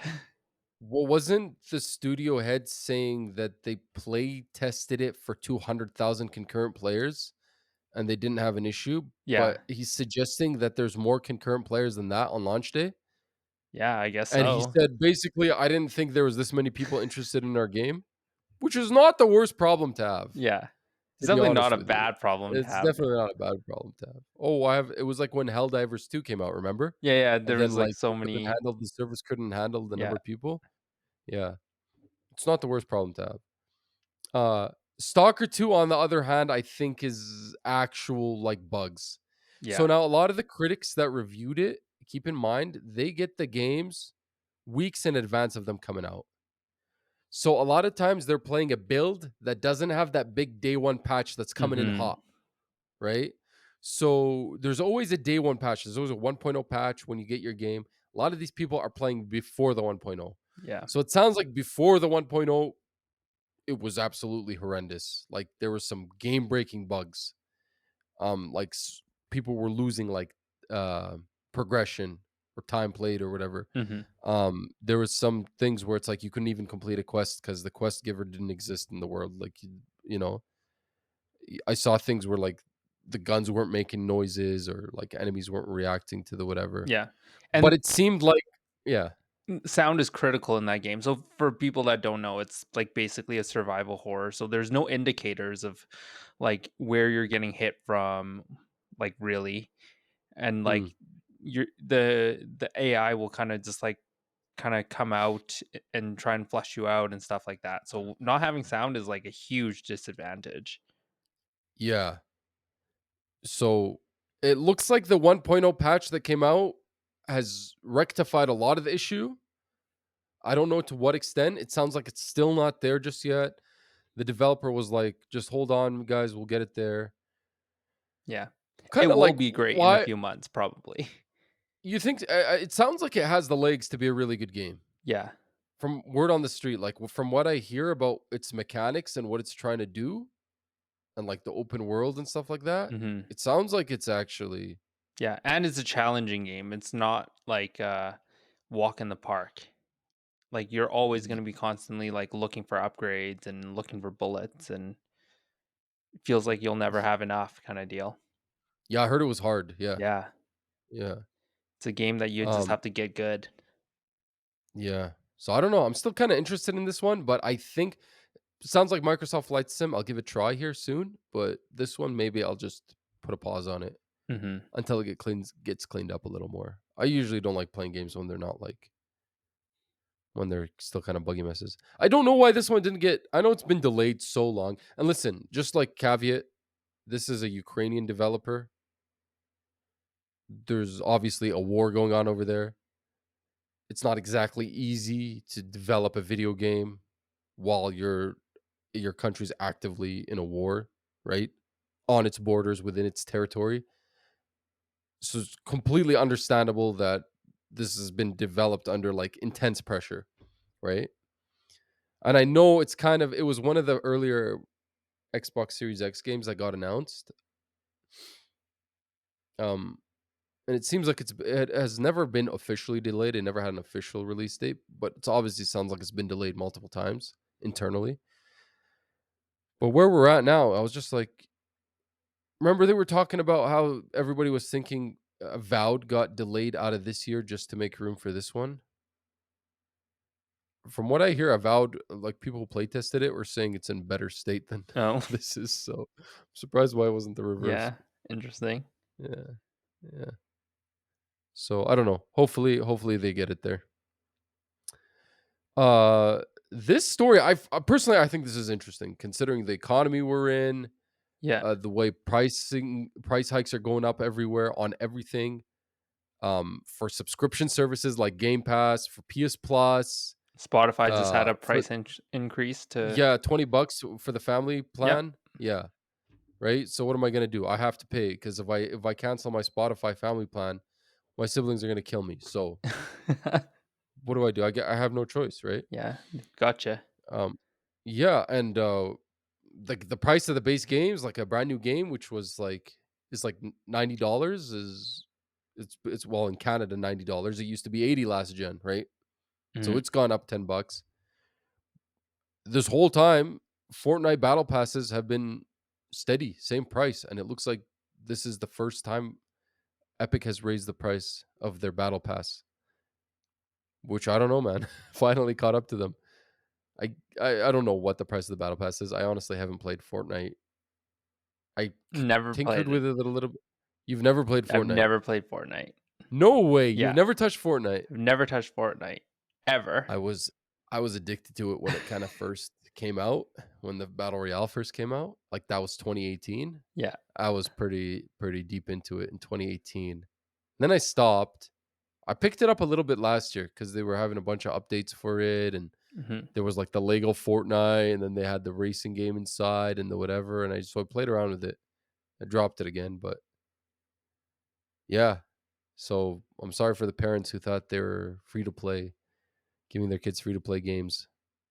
Now their kid's gonna steal their credit card, and it's gonna be bigger. It's gonna be the kids were able to afford the battle pass by saving their lunch money. Yeah. Now there's been no inflation on the lunch money that your parents are giving them, but now they need to steal an extra $2 to hit that battle pass. Uh, moving along, there's insider claims that Dark Souls 3 is getting remastered, and of course, Bloodborne fans are not happy at all with this news. I haven't seen anything that confirms it. This is reporting from thegamer.com. It's just rumors. I don't know who's leaking this from the inside. Again, Dark Souls, the IP is either owned by From Software directly or it's owned by Bandai Namco because they're the publishers. I'm not sure which, because I know From Software recently bought the license for Elden Ring from Bandai, but Bloodborne is owned by Sony Interactive Entertainment. So Mhm. yeah, this will actually be a problem if this is real, because people have been calling for that Bloodborne remaster or remake or patch or port or whatever you want to call it forever. So we'll see what happens with this Yeah, one. I don't want to give it too much man. weight. That'll be a very Yeah, interesting day. yeah. So Square Enix has no plans for like a Final Fantasy VII remake integrate like DLC Yeah. for Final Fantasy VII Rebirth. Um, I don't think it needs it, they just right? Like, did you played the Yuffie DLC on Final Fantasy VII Remake? yeah, I did. Yeah, It was really short. It was it was like, short. Did you think it needed it? It was like extra content. It was yeah, I nice. mean, they You got to needed to play with add Yuffie a Yuffie, little. yeah. Like they add They needed to add Yuffie. You played with, yeah. yeah. I don't know. I mean, Final Fantasy VII Rebirth is as long as it is. Like, doesn't need any more content, right? Like, to be geez, honest with you. I'm 145 hours in that game, and I'm not done it, so dude, I I also I'm not done it either. I have less hours than you. I was like, I started playing and I was like, there's too many things coming out. Like, and I I think I just came from what game was I playing? Black Myth or No, it was something else because when before I that. know you started it later, right? Yeah, You I didn't started start it it when it later. launched. Maybe it was Black Myth, but like, man, like climbing the ladders and stuff, it was so slow. I was like, I have no patience for this right now. And like Yeah. using the chocobos to climb up the mountains and the ledges, I was like, Which man, area you in? Which area are you in? geez. I think I just got to that amusement park area. Oh. Yeah, yeah, the Oh, spooky. I forgot what it's called. The Golden Saucer. Yes, yes, exactly. Mm. Bro, I love Final Fantasy VII Rebirth. And just a caveat for the listeners, I have 145 hours in. That's not just me running the main story. That's literally me doing every single thing in that game. That's him playing the Like piano for like every 8 time hours. I literally played the piano to get A rank on all the piano folios. Oh my god, dude, I'm gonna freaking go back and play those piano folios. It's insane. I love that soundtrack, man. I love the soundtrack of the game so much. So much. I also won every single Queen's Blood match in that game, and the Yeah. last Queen's Blood match is something else, bro. I actually really do like Queen's Blood. Queen's Blood's so fun. I Yeah. wish they made like a standalone game of Queen's Blood or something just for Maybe Final it'll come Fantasy to the VII Rebirth, PSP like a too. mobile game. Yeah, dude, I'd just play Queen's Blood on PSP. I'd switch between Queen's Blood and Balatro. uh, so thanks for sticking along as long as you guys have. But we got one more story over here, and that is Steam is adding new rules for what a season pass is. So basically, now developers and or publishers have to disclose what's going to be on their season pass if they sell a season pass on Steam. That's great news. So yeah, like because before a game could just say we have a season pass, it's $40, stay tuned, content drop throughout the year. This is our rough roadmap. They Mhm. don't really tell you exactly what's coming out. So now it's like they got to outline it. Yeah. A friend of mine pointed this out to me. He actually put it. This actually skipped my mind through the week, or skipped my reading during the week. I didn't really see it, but he's saying like a lot of fighting games kind of do this. Is you have a season pass, but you Mhm. don't know what characters are coming Yeah. out. Or the It's like season a pass will mystery. only cover like the first 3 character drops and then it'll stop. Jeez. Yeah, yeah. So now it's like you gotta be full disclosure. You Yeah. gotta be transparent. Yeah. Whew. How long have we been running this for? We're 40 trying to really minutes on shorten top this. of 40 minutes. So, Yeah, we're just gonna call this the 2-hour podcast from now yeah. on. Yeah, We there's no hope, tried. We man. tried. We tried, folks. We tried. Um, we'll move on to the next segment of our show. This shouldn't be actually too long because I think neither of us have much to talk about. But let's talk about the games we've been playing. Um, you've been playing Dragon Age: The Veilguard. Do you want to share more about it, or do you want to sit on it a little longer? I think I You've want to already talked sit about it on last it week. a little bit longer. I mean, so here's the thing. I don't hate the game. It's just the dialogue is getting a little bit much. I think so Mm, I fired up the game for a few hours this week. I didn't have that much time to actually play it, but man, I feel like I was reading cutscenes more than actually like playing the game. And as you know, I've now been just skipping the cutscenes. I do not care about these characters, so it just makes it hard for me to even bother. I just pick a random choice on the dialogue now too. I just kind of oh pick my god. whatever's kind of funny. Yeah. I think you already mentioned all this last week. You Yeah, said how I don't know. I was just kind of like, well, this is kind of the point of the game is the RPG elements is talking to these characters, is developing these relationships, but it doesn't seem to be like doing anything for you. yeah. I just Whereas the want to actual fight just things. game, Whereas the gameplay and the combat actually is, so that's interesting. Yeah. Yeah. Well, I'd like to talk to you about it next week, see if you're still sticking with it by then. Um, I have one game I really want to talk about. So I guess kind of what kickstarted this is I've been addicted to COD for the last month, but I've kind of hit a plateau with COD where it's like diminishing returns, where it's like, well, I've played all the game modes, I've seen all the weapons, I've seen all the maps. They did the big 1.0 season 1 update. I saw what's on the battle pass. Meh. I saw the new things they added. Whatever. They did the Warzone integration. Hopped into Warzone. It's kind of like this is the same old Warzone. There's no real map or anything new. It's just like they added Black Ops mechanics and Black Ops guns. Like now, like playing multiplayer just seems like I'm doom scrolling TikTok.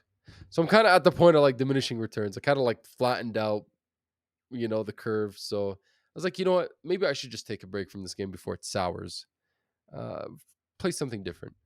So instead, I decided to pick something new to doom scroll to, even more than Call of Duty multiplayer. Of course, this was on my radar to try, but the Game Award nomination really, really put it on my radar. I'm like, okay, I need to fill in my gap in my knowledge here and pick this game up. So I've been playing Balatro. I bought it on the PlayStation Store for like it was like on sale for Black Friday, 17 $18. Um, Hopped in last night, dude. Oh my god. Oh my god. I, I understand why people love this game now. This game is genius. It's insane, man. It's so simple yet so complicated and so addicting and so rewarding. I'm actually like starstruck by like I there's no words. Like this is a game, and I've only played it for one night. I've literally haven't even scratched the surface. This is a game made by one person. I feel like every year we have that one game that wasn't on anyone's radar that kind of breaks through, and then everyone's talking about it and it becomes a big craze. Like you remember Among Us from like Yep. 2020 or 2020. Yeah, I think during COVID yeah, that times, was the yeah. thing.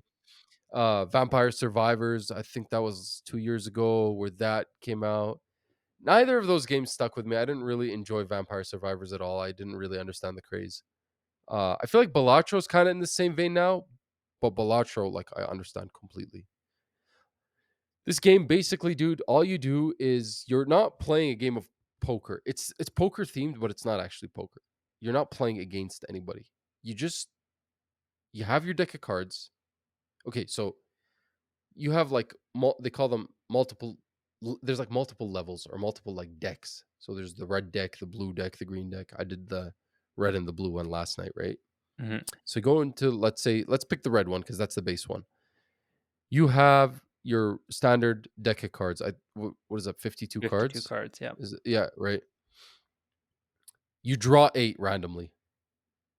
You have two options from the 8 that you have. You either play a hand or you discard cards. You have each round you have 4 hands you could play, 4 discards you could do. This is for the red deck. Some of the other decks they make it like the blue deck it gives you 5 and 3 instead. Mhm. And you just have to make like your poker hands, your standard poker and hands. There's like a menu right beside you that like lets you check it to see Yeah.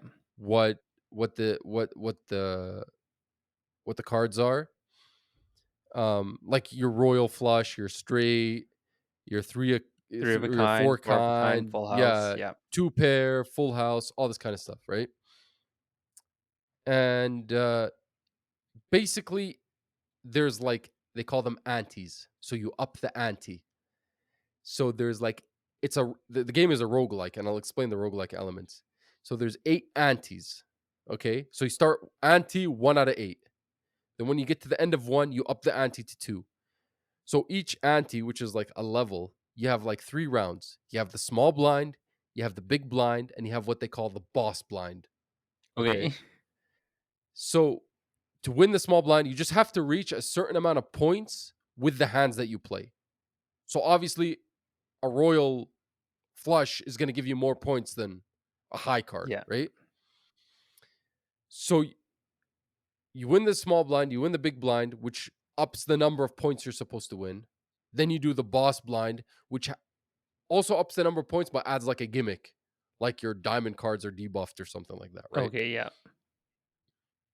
You win that round, it goes up. Now you started from having to get 300 points to 450 to 600. Next round you're having to get 1,000, 1,000, blah blah blah blah blah. It keeps going up, keeps going up. So you're thinking, how do you score?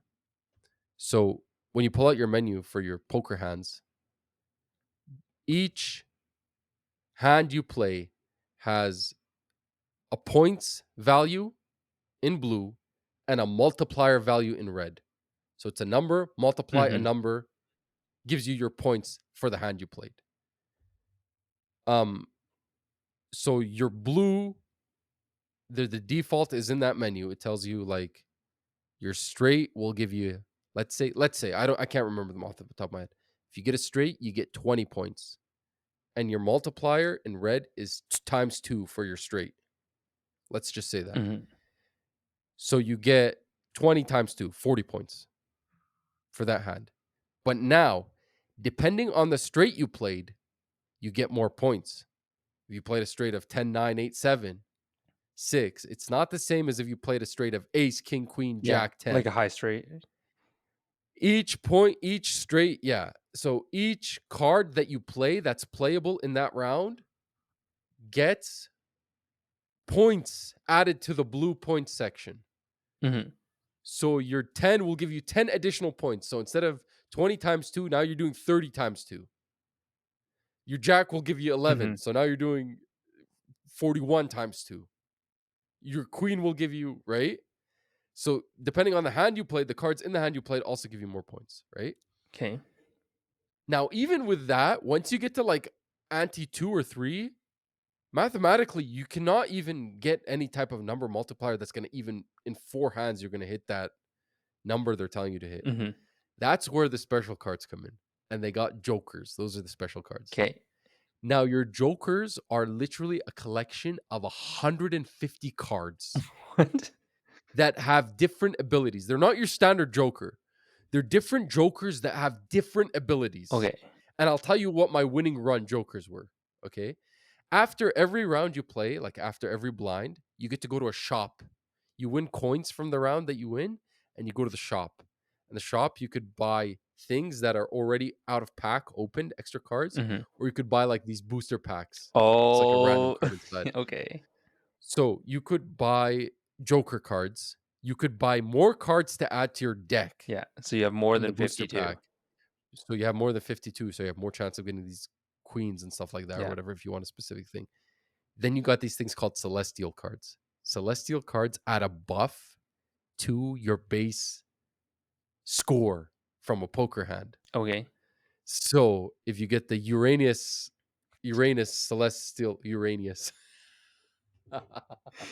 That's the one if you you get the chose, huh? Uranus, if you get the Uranus, yeah, yeah, yeah. If you get the Mars one, if you get the Jupiter one, right? Yeah. It will add a multiplier and an additional base score to one of your like let's say you're straight.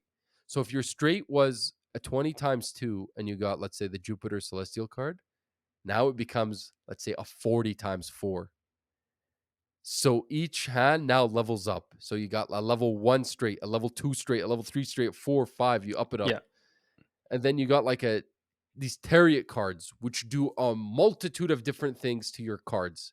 They could fortify them, strengthen them so now your king or your queen's worth more or something like that. Gotcha. Or you could switch the suit of the cards that you have in your hands, or you could make a number like you put two cards beside each other. It's like I want a 10, so then you make this card a 10 as well. Tarot cards do a multitude of things, Yeah. and there's also another set of cards. I can't remember what they're called. They also do another set of things. They're a little bit more rare. And every time you win a round, you go to the shop and you could buy stuff. And then you could buy these jokers, and each of these jokers have different abilities, and their abilities are there. Bro, the last round on the blue set, which I did yesterday, I won by 600 points. It was 100,000. You had to win 100. Dude, Jeez. I had like level 5s and 6 for my base poker hands. I had all my face cards, they're called gold cards. I like fortified them, turned them into gold. Um, I had a joker that gives you a 20 multiplier every time you play 3 or less cards in a hand, Okay. right? You could play you don't have to play 5. You could play 3, Yeah, 2, yeah, play 1, whatever you whatever, want. right? But sometimes you want to play 5 even if you have like 3 of a kind. Yeah. You just want to play 5 to get rid of 2 so that you have more room next time you Yeah. draw. Bro, I had that thing, gives you 20 multiplier if you only play 2. So I'm playing a pair of 3s and I'm getting like a 20 multiplier. I had a joker that does a random multiplier. It's just like a spinning Oh, like okay, yeah. Yeah, yeah, just like yeah, a yeah, rat yeah. every single hand kinda Like a deal? slot machine, Yeah, right? Yeah, yeah. I had a joker card that multiplied every time you played a hand of only face cards, right? You had a 10, 9, yeah. 8, Mhm. 7, 6, 5. If only that, it multiplies by, and imagine I picked this up in the beginning, like ante number 2. By ante 8, bro, I was getting 78 multiplier when I played that Yeah, from yeah. that joker. Yeah, I had a couple other jokers. I can't even remember them right now. I'm trying to think. Like broken jokers. I just got lucky. And remember, it's all roguelike. Like the chances you're gonna pick up these jokers and stuff depends on your run. Yeah. Dude, it's insane. Yeah. So like if you saw this on a game award nomination and you're like, what the heck is this pixel art mobile game doing here? Or whatever. Mhm. Bro, you just haven't played this game. Just go and try it. Because I literally thought the same thing. I'm like, there's no way this game got nominated for Game of the Year. Go and try it. I'm not gonna say it deserves a Game of the Year nomination because I just haven't played it enough. But I played it for one night, bro. This game's insane. It's insane. And you're addicted. But I'm addicted. We'll talk about it after. We'll talk about it after. So that's it for the playlist. We got we got another 2-hour episode, but let's get through this last segment over here. I'm just gonna take a break here. I'm gonna grab a Okay. drink. I'll be back, or I'll do the Joe Rogan thing. I'm gonna go pee. We are back. So last segment of the show. It's a long show. Thanks for keeping us in your ear holes the whole time. But this is the fun, exciting part. So 2 episodes ago, we did a predictions episode on what we think was going to get nominated for the Game Awards. The nominations are out. So let's take a review and see how well we did. You ready for this? Yeah, I'm ready. Are we gonna save game of Okay. the year for last? Yeah, we'll save Game of the Year for last, and let's save Game Direction for last because I want to discuss that a little Yeah. bit. Because I feel like we misunderstood what that topic Yeah. was. We'll start with Best Narrative. Best Narrative. We had Metaphor Fantasio, Final Fantasy VII Rebirth, Silent Hill 2 Remake, Elden Ring Shadow of the Earth Tree, and Yakuza Like a Dragon Infinite Wealth. What actually got nominated was Metaphor Fantasio, Final Fantasy VII Rebirth, Silent Hill 2 Remake, Senua's Saga Hellblade 2, and Like a Dragon Infinite Wealth. So we got 4 out of 5. I think we nailed it. That Yeah, was pretty pretty good. solid. I'm I'm surprised Hellblade got in there. Yeah, I I mean, I was would have voted for Hellblade. I loved Hellblade too, but I'm surprised it got in there. I didn't think a lot of people liked that story or whatever. yeah, it was kinda Uh strange for people that are just coming into it. yeah, so I'm kind of surprised that it made the cut and Shadow of the Earth Tree didn't. But again, kind of makes sense. Elden Ring isn't really the strongest. It's strong on like world building. Yeah. I'm not sure it's the strongest on actual story. Alright. But I think that was kind of in line with their Yeah, thinking it's more or not less. bad. I'll do art direction. Go ahead. Alright. So we had picked Final Fantasy VII Rebirth, Astrobot, Metaphor, Refantasio. We got Hellblade, Shadow of the Erdtree, and we only got 2 out of 5 right. What actually it was is Astrobot. I don't know how we missed that for art direction. Oh Oh no, no, we got that. we did get That was one Astrobot. of the Yeah, two. yeah. Yeah. We missed Black Myth Wukong, which Thinking back, yeah, that makes sense. A lot of the characters are really well designed. Same with the world. Go Derwin, go and listen to that episode. I looked at you and I asked you, "Bro, do you think this is gonna win art direction?" And you Yeah. played it, and you're like, "Nah." I was like, "Okay, he played the game." Thinking back, Visions 2020. Oh, we did get Shadow of the Erd Tree as well. So that's technically 3 out of 5. I Oh, missed Shadow the that in Earth terms Tree, of when I was Astrobot. reviewing. So we did better. Yeah, Shadow. We didn't fail you guys. So Uh, what did we get wrong? so Oh, I guess I underestimated Neva. I personally would have voted Neva for this category for art yeah, direction because I think Neva is one of the most beautiful games that came out yeah, this year. I just didn't think enough people played it or got enough exposure that I thought it would actually get nominated in such a big award, yeah, right? yeah, It's kind of yeah. interesting. I was kind of surprised by that. But yeah, we got Final Fantasy VII Rebirth wrong, and we got Hellblade wrong. Which yeah, I don't Yeah, know. for 2 games that we should have really picked, really, For Neva and for for Black Wukong. Myth, Yeah, yeah. I would have put Black Myth in front of Final Fantasy VII Rebirth. Really? I I don't just feel know, like the but the art art direction. in Final Fantasy VII is really good. The character I just design feel like it's. is I also just really, don't think it's like that new, right? yeah, Maybe that's what it is. maybe.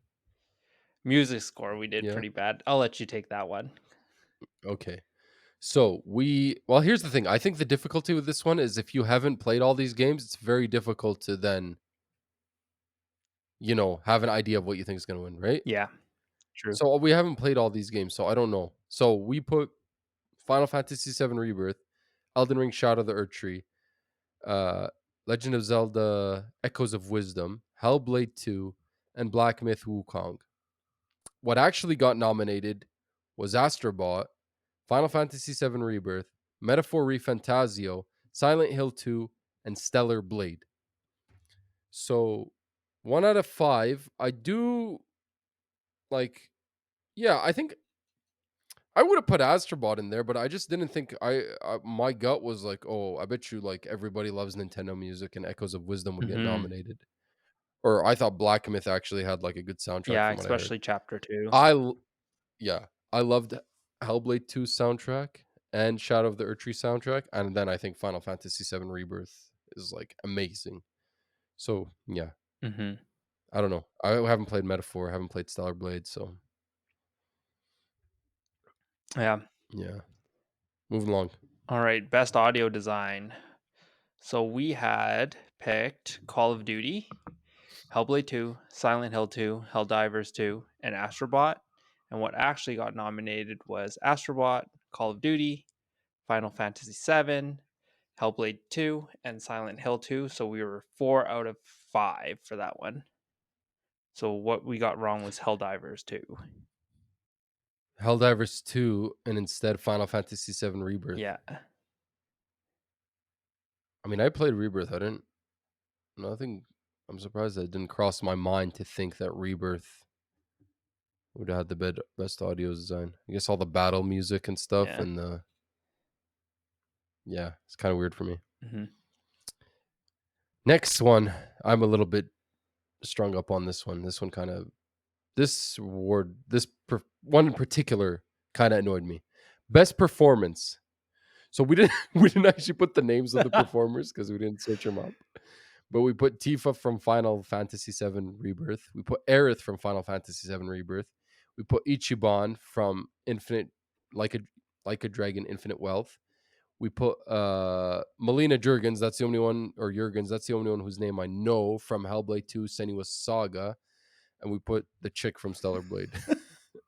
So who actually got nominated was Brianna White from Final Fantasy VII Rebirth, and she is Aerith.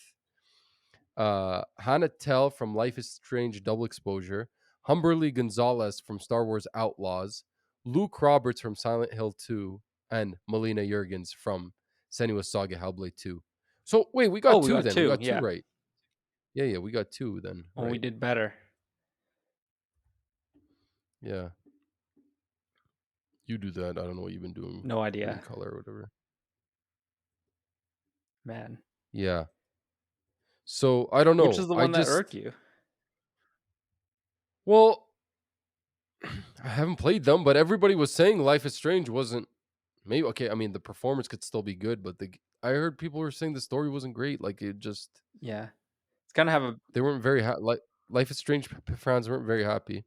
And by all accounts, I didn't hear anything about Star Wars Outlaws performance being yeah. great either from that main character, but she made the cut. I just I feel like the girl that plays Tifa, I wonder who she is, to be honest with you. Tifa actress. Um Britt Baron. Yeah, I mean, I think Aerith probably is the better of the two if I had to pick one, but still like I just feel like it's like, oh, we can't give Final Fantasy Yeah. too many spots. The chick from Stellar Blade was a throwaway. Yeah, fine. I'm totally fine with putting, We literally you don't even know, know her name. yeah, we don't even know, right? And then Ichiban, I guess I don't know. I haven't played that, so but otherwise I'm like those two spots kind of. Anyway, moving on. All right. So for best indie, I feel like this is wrong. I feel like you need to do the next two. You're the indie Okay, guy. fine. You love these. Best indie. We picked. Well, we didn't pick. This is not us picking. This is us predicting what is going to get nominated. Balatro, Animal Well, Thank Goodness You're Here, Neva, Another Crab's Treasure. What actually got nominated was Animal Well, Balatro, Lorelei and the Laser Eyes, Neva, and UFO 50. So we got 3 out of 5. Uh, I don't disagree with these. I actually the Lorelei and the Laser Eyes and UFO 50 are the ones we got wrong with Another Crab's Treasure and Thank Goodness You're Here. Yeah, I Another Crab's Treasure was like a one I shoved in there because I couldn't think of another one. But now that I'm looking at this now, I completely forgot about UFO 50 and Lorelei Laser Eyes. I haven't played either of those, but by all accounts, they're up there. And Thank Goodness You're Here was more like a personal pick, really, for me. I don't think it got enough exposure to make the cut. But I love that game. But yeah, nothing too egregious. Best debut indie. Me and you didn't actually write anything here just because I don't really know off the top of my head which indies are debut indies and which ones are not, depending on the studio. But it was Animal Well, Balatro, Banner Lords, Pacific Drive, and The Plucky Squire. All right. So next one was best action game. So we had picked Stellar Blade, Prince of Persia: Lost Crown, Warhammer Space Marines 2, Call of Duty, and Helldivers 2. And what actually was nominated was Black Myth Wukong, Call of Duty's Black Ops 6, Helldivers 2, Stellar Blade, and Space Marines 2. So 4 out of 5. So we got Prince of Persia: The Lost Yeah. Crown wrong, and it should have been Black Myth in there. But you know what I think? I don't think we really got anything wrong. I think what we got wrong was what we defined as an action yeah. game versus what we defined as an action adventure. Because read the next one, action Yeah, adventure. action adventure. We had thought that the nomination would be Black Myth Wukong, Silent Hill 2, Astrobot, Echoes of Wisdom, and Dragon's Dogma 2. And what was actually nominated was Astrobot, Prince of Persia: The Lost Crown, Silent Hill 2, Star Wars Outlaws, and Echoes of Wisdom. So we got 3 out of 5. But yeah, but do you Yeah, notice what we did? We said Prince of Persia: The Lost Crown was an action game, and we said Wukong was an action adventure. So we picked Wukong for action yeah. adventure, and we picked Prince of Persia for action. But whoever picked the nominations just had them. So I'd say we actually got 5 out of 5 for that. It was just the difference of Yeah, just the difference of you what know they categorized it as. what our understanding. I also think we were kind of dumb for throwing Dragon's Dogma there under action adventure because I feel like we just shoved it in there. That's for sure an Yeah, RPG. That's why it's not supposed to be in there. The one that they put in there instead was Star Wars Outlaws, it looks like, yeah, right? yeah, yeah. Yeah. We Star Wars Outlaws we didn't pick for anything. Well, I didn't think it would make the cut, but it seemed like action adventure was not the strongest category this year. That's why they just put that in there, Yeah, right? It seems like action and RPG were stronger there. yeah. That's why they That's why the Outlaws made the cut in action adventure. Mhm. I mean, I really what do these genres mean? It's kinda all over the place. It's not like Yeah. anything There's so fits much, nice like, into any of these crossover. things. Yeah. You could read the next one, and then I'll take the The next fighting 3 one? after that. Alright. So we got Yeah. best role playing. So we had thought it would be Final Fantasy VII Rebirth, Metaphor ReFantasio, Like a Dragon Infinite Wealth, Dragon Age, and Shadow of the Erd Tree. And what was actually nominated was Dragon's Dogma 2, Shadow of the Erd Tree, Final Fantasy VII, Like a Dragon, Infinite Wealth, and Metaphor ReFantasio. So we got 4 out of 5, with the one being wrong was Dragon Age. So Dragon Age did not make the cut for RPG like I thought it did. Yeah. That's crazy. It didn't even make the cut. Yeah. And we kinda also got this right because we put Dragon's Dogma under action adventure when we should have put it under RPG because it Mm. got nominated for RPG. That's crazy, man. Everybody was saying that game was so good, and then it's like it didn't even make the cut Yeah. for best role playing. Yeah. We were going off with a little bit of the critics saying that it was like the best. Well, yeah, we were trying to predict based on what they were saying, Yeah. right? Yeah. Best fighting game. So we didn't really even put 5 nominees here because we couldn't think of 5 fighting games from this year. But we put Tekken 8, Dragon Ball Sparking Zero. Those were the ones that came easy to us. Undisputed and WWE 2K24. It sounds like based on the Game Awards categories, Undisputed and WWE 2024 would be considered sports games and not in the fighting game genre, even though they are kind of fighting games, I guess. So they wouldn't have even made sense in here. What actually got nominated was Dragon Ball Sparking Zero, Grand Blue Fantasy versus Rising, Marvel versus Capcom Fighting Collection, Multiverses, and Tekken 8. Multiverses, we talked about that controversy earlier in the top of the show here. Marvel versus Capcom Fighting Collection. I think me and you both thought about it, and Yeah. then we're like, "Oh, Yeah, it's a it's a remaster. It's not gonna remaster make it." slash like basically a collection of Port. yeah. Yeah, Like, does that yeah. really count? But I guess it I does. guess it was a week. It's a week here, so they just shoved it in. I think Tekken 8 will take that one anyway. Yeah. Best family game. We got 5 out of 5, baby. Astrobot, Mario Party Jamboree, Legend of Zelda: Echoes of Wisdom, Princess Peach Showtime, and The Plucky Yeah. Squire. You came in We clutch nailed with it for this Plucky category. Squire. Yeah, Yeah, yeah. we were having That one is struggles on the last one. yeah. Yeah, but it made sense just based on the tone of that game. Yeah. Made perfect sense. And then best sports racing or slash racing game, we got 3 out of 5. We had put Undisputed. Looks like we put Undisputed both under fighting and under sports.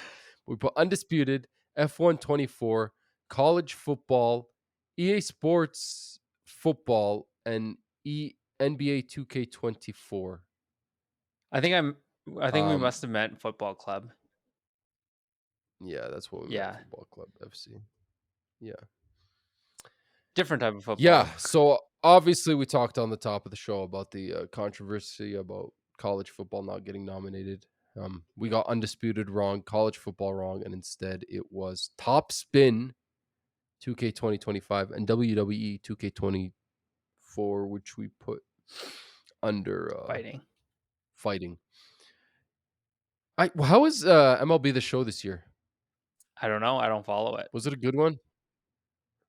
I wonder because usually, honestly, it's usually one of the better.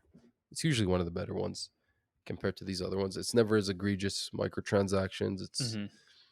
I don't know. I mean, I'm not a big baseball guy, but MLB the Show I think is way better than anything that some of these other like sporting sims come out with. Maybe it was a bad one this year. I don't know. I didn't play the one from this year. I played the one from last year and from 2022. I think no, 2022 and 2021 was the last time I played it. Mhm. Um, Best sim strategy game. So we didn't actually put anything in this category just because we were not really too knowledgeable of it. But it was Age of Mythology Retold, Frostpunk 2, Kinutsugami Path of the Goddess, Manor Lords, and Unicorn Overlord. I feel like this is a lot of very different games thematically, and they're just kind of shoved all in together over here. Mhm. You could take it All from here. right. Best multiplayer game. So we had picked Black Ops 6, Helldivers 2, Space Marines 2, and Shadow Urtree. Uh, what is it? We got 3 out of 4. Oh, I'm yes, we just only put in four. We didn't even yeah put in a fifth yeah. one. I'm just double Yeah, checking, make sure that that's right. So yeah, what was nominated was Call of Duty, Black Ops 6, Helldivers 2, Super Mario Party Jamboree. I don't know how we missed that one. yeah. I don't know how I Yeah, didn't think about that and one. Or Tekken yeah, 8. I Tekken don't 8 know was how I didn't think yeah, about those two. Those make perfect sense. Shadow of the Earth Tree is just kind of like a yeah, co-op, whatever. I don't think it yeah. really It fits in definitely there. We doesn't just really count. shoehorned it in there. And then Yeah, I agree Warhammer, with those. Space Marines. I actually kind of agree with these nominations. Yeah, So I think that's like pretty legit. yeah.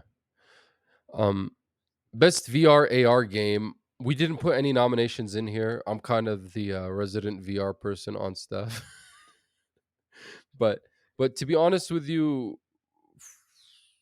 4 out of these 5 games came out in the last month. Like that's how, Yeah, and I like haven't had a last chance to minute. play any of them. Like literally last minute, and I haven't had a chance to play any of them. That's Yeah, why I didn't really like. I'm like, I don't know what came out for VR this year. I don't nothing yeah. You'll really. have to let me So is know Arizona Sunshine? if Batman is any good.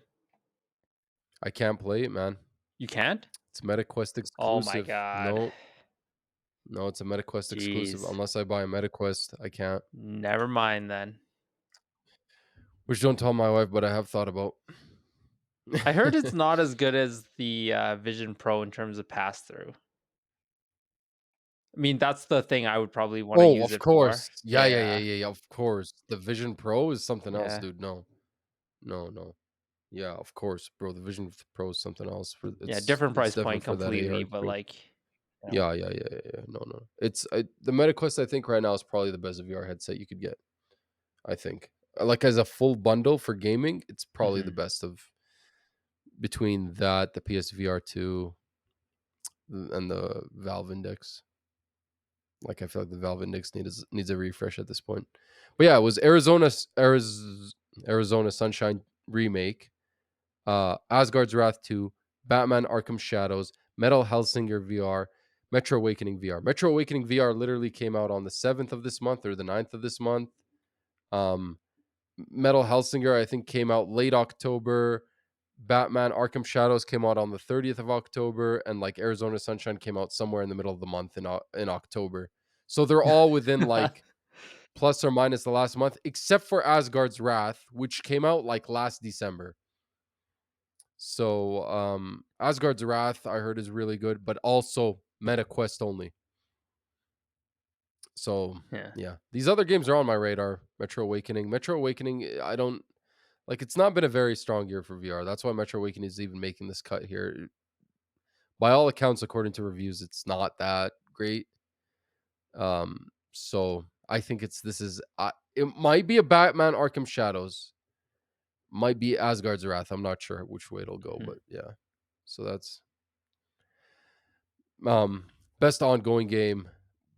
We didn't really put anything here. We just put Elden Ring Shadow of the Earth Tree. And the reason why we put that there is because I thought they might try to put Elden Ring in this category because that's what they did with Cyberpunk Mhm. 2077 with Phantom Liberty. I'm surprised it didn't But instead actually it's make this one because technically it is I an think ongoing game. I just think because people were complaining about that how they threw in Phantom Liberty in this category last year.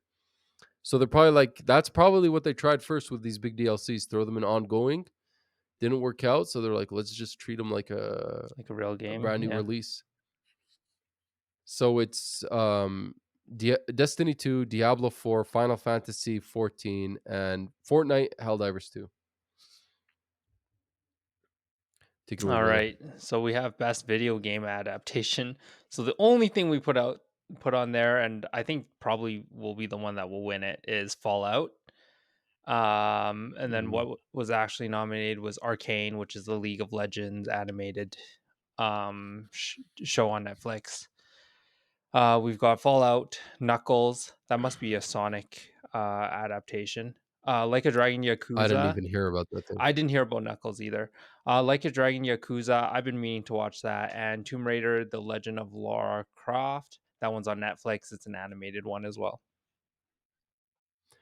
I heard Tomb Raider isn't that great, and I heard Like a Dragon Yakuza is bad. Mm, Even though I have a buddy of mine who watched it and said it was okay, I heard it, like, from reviews that it's not great. Arcane, I don't know how Arcane made this cut because when these nominations came out, Arcane wasn't even done, season 2. yeah, It was still airing. So, I think it's not been the yeah. year for this. I'd be surprised if Fallout doesn't win it. Like, it was such a good series. I don't know if you watched it, but Oh, I did, yeah, with my yeah. wife. And then Okay, most or nope, take it you could do away. it. I'll do mobile games. Most antis most antis you could do it, Love you could do mobile it. It was games. We'll run through the rest of these. Go ahead, do it. most antivis most anticipated games. We got 4 out of 5 right. Uh, GTA 6, Ghost of Yotai, Monster Hunter Wilds, Civilization 5, Death Stranding 2, and what was actually nominated was Death Stranding 2, Ghost of Yotai, GTA 6. We had Metroid Prime Beyond, which I didn't even know was going to be coming out, and Monster Hunter Mhm. Wilds. Yeah, I completely forgot about Metroid Yeah. Prime, but that makes sense. Is that going to be a That's 3D Metroid Metroid Prime 4. like the other Yeah, Metroid that's Primes? Metroid Prime Yeah. 4. Yeah, yeah. It's Metroid Oh, Prime okay, this is 4. called the Yeah, they Beyond. just came out. It was in Nintendo Online something that came out this year. It's a Nintendo event. They released the name. Nice. Yeah. So best mobile game, we didn't put anything down for here, but we put AFK Journey, Balatro, Pokemon TC. Well, we didn't put them down; they got nominated. Pokemon TCG Pocket, with Withering Waves, and Zenless Zone Zero. Games for Impact, we also didn't put anything in this category. It was Closer the Distance, Indica, Neva, Life is Strange Double Exposure, Senua's Saga Hellblade 2, and Tales of Kenzera Zao. Best community support, also, we didn't put anything in this category, but it's Baldur's Gate 3, Final Fantasy 14, Fortnite, Helldivers 2, No Man's Sky. Um, Content Creator of the Year. I'm not even going to try and pronounce this. Queso? Queso? Case Castillo, Ilohuan, Techno Gamers, Typical Gamer, Usada Pecora. No. Innovation in accessibility. Didn't put anything down for this. I don't even know what it exactly means. Call of Duty Black Ops 6, Diablo 4, Dragon Age The Veilguard, Prince of Persia The Lost Crown, Star Wars Outlaws. This is the only thing the Veilguard got a nominated for. I mean, good for them for being inclusive. Best esports game, Counter-Strike 2, Dota 2, League of Legends, Mobile Legends, Bang Bang, No idea what that is. Valorant, Mobile Legends, Bang Bang. Best esports athlete, 33, Alexilib, Chovy, Faker, Ziwu, KMJJKK. Best esports team Billy is Billy gaming. Billy Billy Gaming, League of Legends, Gen G, League of Legends, Navi Counter Navi, Strike. Counter Strike, T1 League of Legends, Team Liquid Dota 2. Yeah. Yeah, So we didn't put anything down for those yeah. categories. I don't think any of So us follow any of that stuff, anyways. no, I don't really. Um. So take it away. Start with game direction there on the top there, Derwin, and then hit us with All the game of the right. year. Game direction. So we got 2 out of the 5 right. We had thought it was going to be Space Marines, Helldivers, Metaphor Refantasio, Prince of Persia, and Astrobot. So what we got wrong was Space Marines, Helldivers, and Prince of Persia, but instead it was Balatro, Black Myth, Wukong, and Elden Ring, Shadow of the Erd Tree for game direction. I don't understand what this category is. No idea. Look at this. Well, let's move on and let's double track. Let's move on to the next one, and I'll tell you. I'll point out what I'm trying to tell. What I'm trying to say here. Okay. Game of the year. We got 5 out of the 7 right, so pretty good. Uh, 5 out of the 6. We just added an extra one because we weren't sure about Shadow of the Erdtree. We I said it would either be gotcha. Shadow of the Erdtree or Yeah, Silent Hill 2. perfect. Yeah. So, what we got right was Black Myth Wukong, Final Fantasy VII, Metaphor ReFantazio, Astrobot, and Shadow of the Erdtree. And instead, it was Balatro that we missed. And what was the other one? It was Helldivers 2 that Helldivers we 2. got wrong. Mm. Helldivers 2 that didn't make the Ah, cut. okay. Yeah, interesting stuff. Again, we talked about at the top of the show. Helldivers didn't make not making this cut and Balatro making it instead, and then Shadow of the Erdtree making it this far, even though we were questioning it and we thought if Shadow of the Erdtree didn't sneak in, that empty spot would be for Silent Hill 2 Yeah. remake, but it did. It did get in there. I'm still surprised about Helldivers 2. Yeah. Everybody was talking about that game, raving about it, but yeah, I mean, it sounds I like guess it Balatro was is definitely the more interesting game. You were excited for me about at it when least, you were yeah. telling me versus Helldiver 2 being like a Oh 7 yeah, out of man. 10 Oh yeah, game. dude, Balatro's insane. Yeah, yeah, for sure. What I wanted to talk to you about is look at the game direction nominees. It's exactly as the game of the year nominees. Copy and paste. So I don't really know what the point of the game direction award is. Seems kind of weird, no? Yeah. I mean, like, is it just like w I just don't get, like, what defines game direction? Is it just I don't understand either. how it was directed, where the story's leading, like, just innovation in general? My brain was like Space Marines is doing this thing where it's like we're going back in time to the 360. We're going to give you that game where there's that sick Mhm. co-op and that sick campaign, and you got the multiplayer as well tagged along in there. Helldivers is doing this co-op thing where there's this huge world and there's like community objectives and stuff like that. Metaphor is doing Atlas stuff to the max, you know. Prince of Persia Lost Crown is this roguelike that has like, 2D platforming and all this stuff and this cool functionality when it comes to like saving stuff and like saving your game and saving locations if you're trying to remember a puzzle. Astrobot, I thought all the stuff it's doing with the haptic controller and stuff like that. So I just thought they were like cool, innovative games. Yeah. I guess I could throw in, I could, based on that logic, I could see why Balatro would fit in there. But then like Black Myth is a good game probably, but I don't see it doing anything new. Yeah.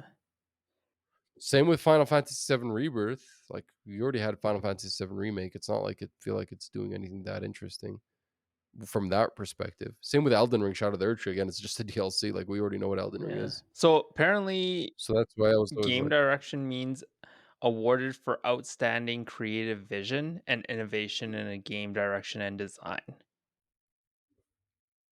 what does that mean? It just sounds like based So, on yeah, what just, got I guess, like, nominated, it sounds like just a innovation. game award. I mean, creative vision, I see, like, Black Myth being, like, I guess, creative because you know, kind of creative.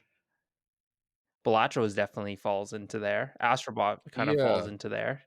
Like, it's kind of Yeah, like I a don't yeah, new. otherwise But yeah, it just kinda it is kind of hard to see why, like, Shadow of the Erdtree falls I into mean, Shadow of the that. Erdtree is a great game, Yeah, right? I could see why it's being nominated for game of the year, but is it really doing anything that for different game direction, yeah. that it's game And direction? It seems Metaphor weird, right? Metaphor, I think, like, based on its, like, class system and stuff, it might be, like, something new and creative. So maybe that does deserve to be nominated in there, but No, Metaphor, I yeah, yeah, agree, I'm just right? saying. Yeah, it's covering the We ones. That's the one we got right. Metaphor is the one Yeah, we yeah. got right. That and Yeah, Astrobot. Yeah, Astrobot. Those made sense to me, yeah, but some of these other ones, I'm like, "What? Who cares?" I mean, it's a good game. You could be a good game, but it's like we've already had the Final Fantasy combat. Yeah, you added yeah, a little bit on top of it, but it's like we already know what that yeah, combat right. system is like. So this is a little bit strange, I feel. Yeah. Anyway, that's it, man. Sounds like we're slightly over 2 hours. just a little bit. Jeez, the day that we have a 3-hour Couple podcast, it's months. gonna be game over. Yeah, then we're gonna have to really rope it in. So we got one more week of probably regular news. December the 1st, December the 8th, we should have our Game Yeah. Awards predictions. Like, so right now we were just reviewing our nominations and how well we did compared to what actually came out. But on the 8th, which is the Sunday before the Game Awards on the 12th, we want to look at these nominations and decide what we think should win or what is gonna win in each of these categories. And then also make some predictions on announcements and stuff like that. What we think is gonna get announced Mhm. for that event. Uh and then for the 15th, which would be the Sunday after the Game Awards, maybe we just have our reactions episode. Then that brings us close to the end of the year, man. Yeah. And so the 22nd, maybe we should have our own game award on the 22nd, Yeah. right? And then there we go, man. This looks like the year. It's gonna slow down. There's not gonna be that many news stories coming up. Yeah. I think in the next few Yeah. weeks. There might be a longer show, I think, You're kinda gonna get near the, well, post the launch of, or post the actual Game Awards, like, announcements-wise. yeah. So anyway, that's the plan for now, listeners. But I hope you enjoyed. Remember, we should probably start calling out our things on our links on here. But you could follow us on Spotify. Remember to hit the bell cling thingy that reminds you when an episode's dropped. Same with Apple Podcasts. You could subscribe on YouTube and it'll do the same thing, Yeah. right? Now we have video. We're going to be We'll be uploading in there again. human form on YouTube. Yeah, we'll be uploading there again. We're not going to be trying to get Get destroyed by Nintendo if we ever post any of their gameplay. yeah, with any of their music. So Yeah. looking forward to it. All right, folks, thanks for joining us. And remember, slow run away.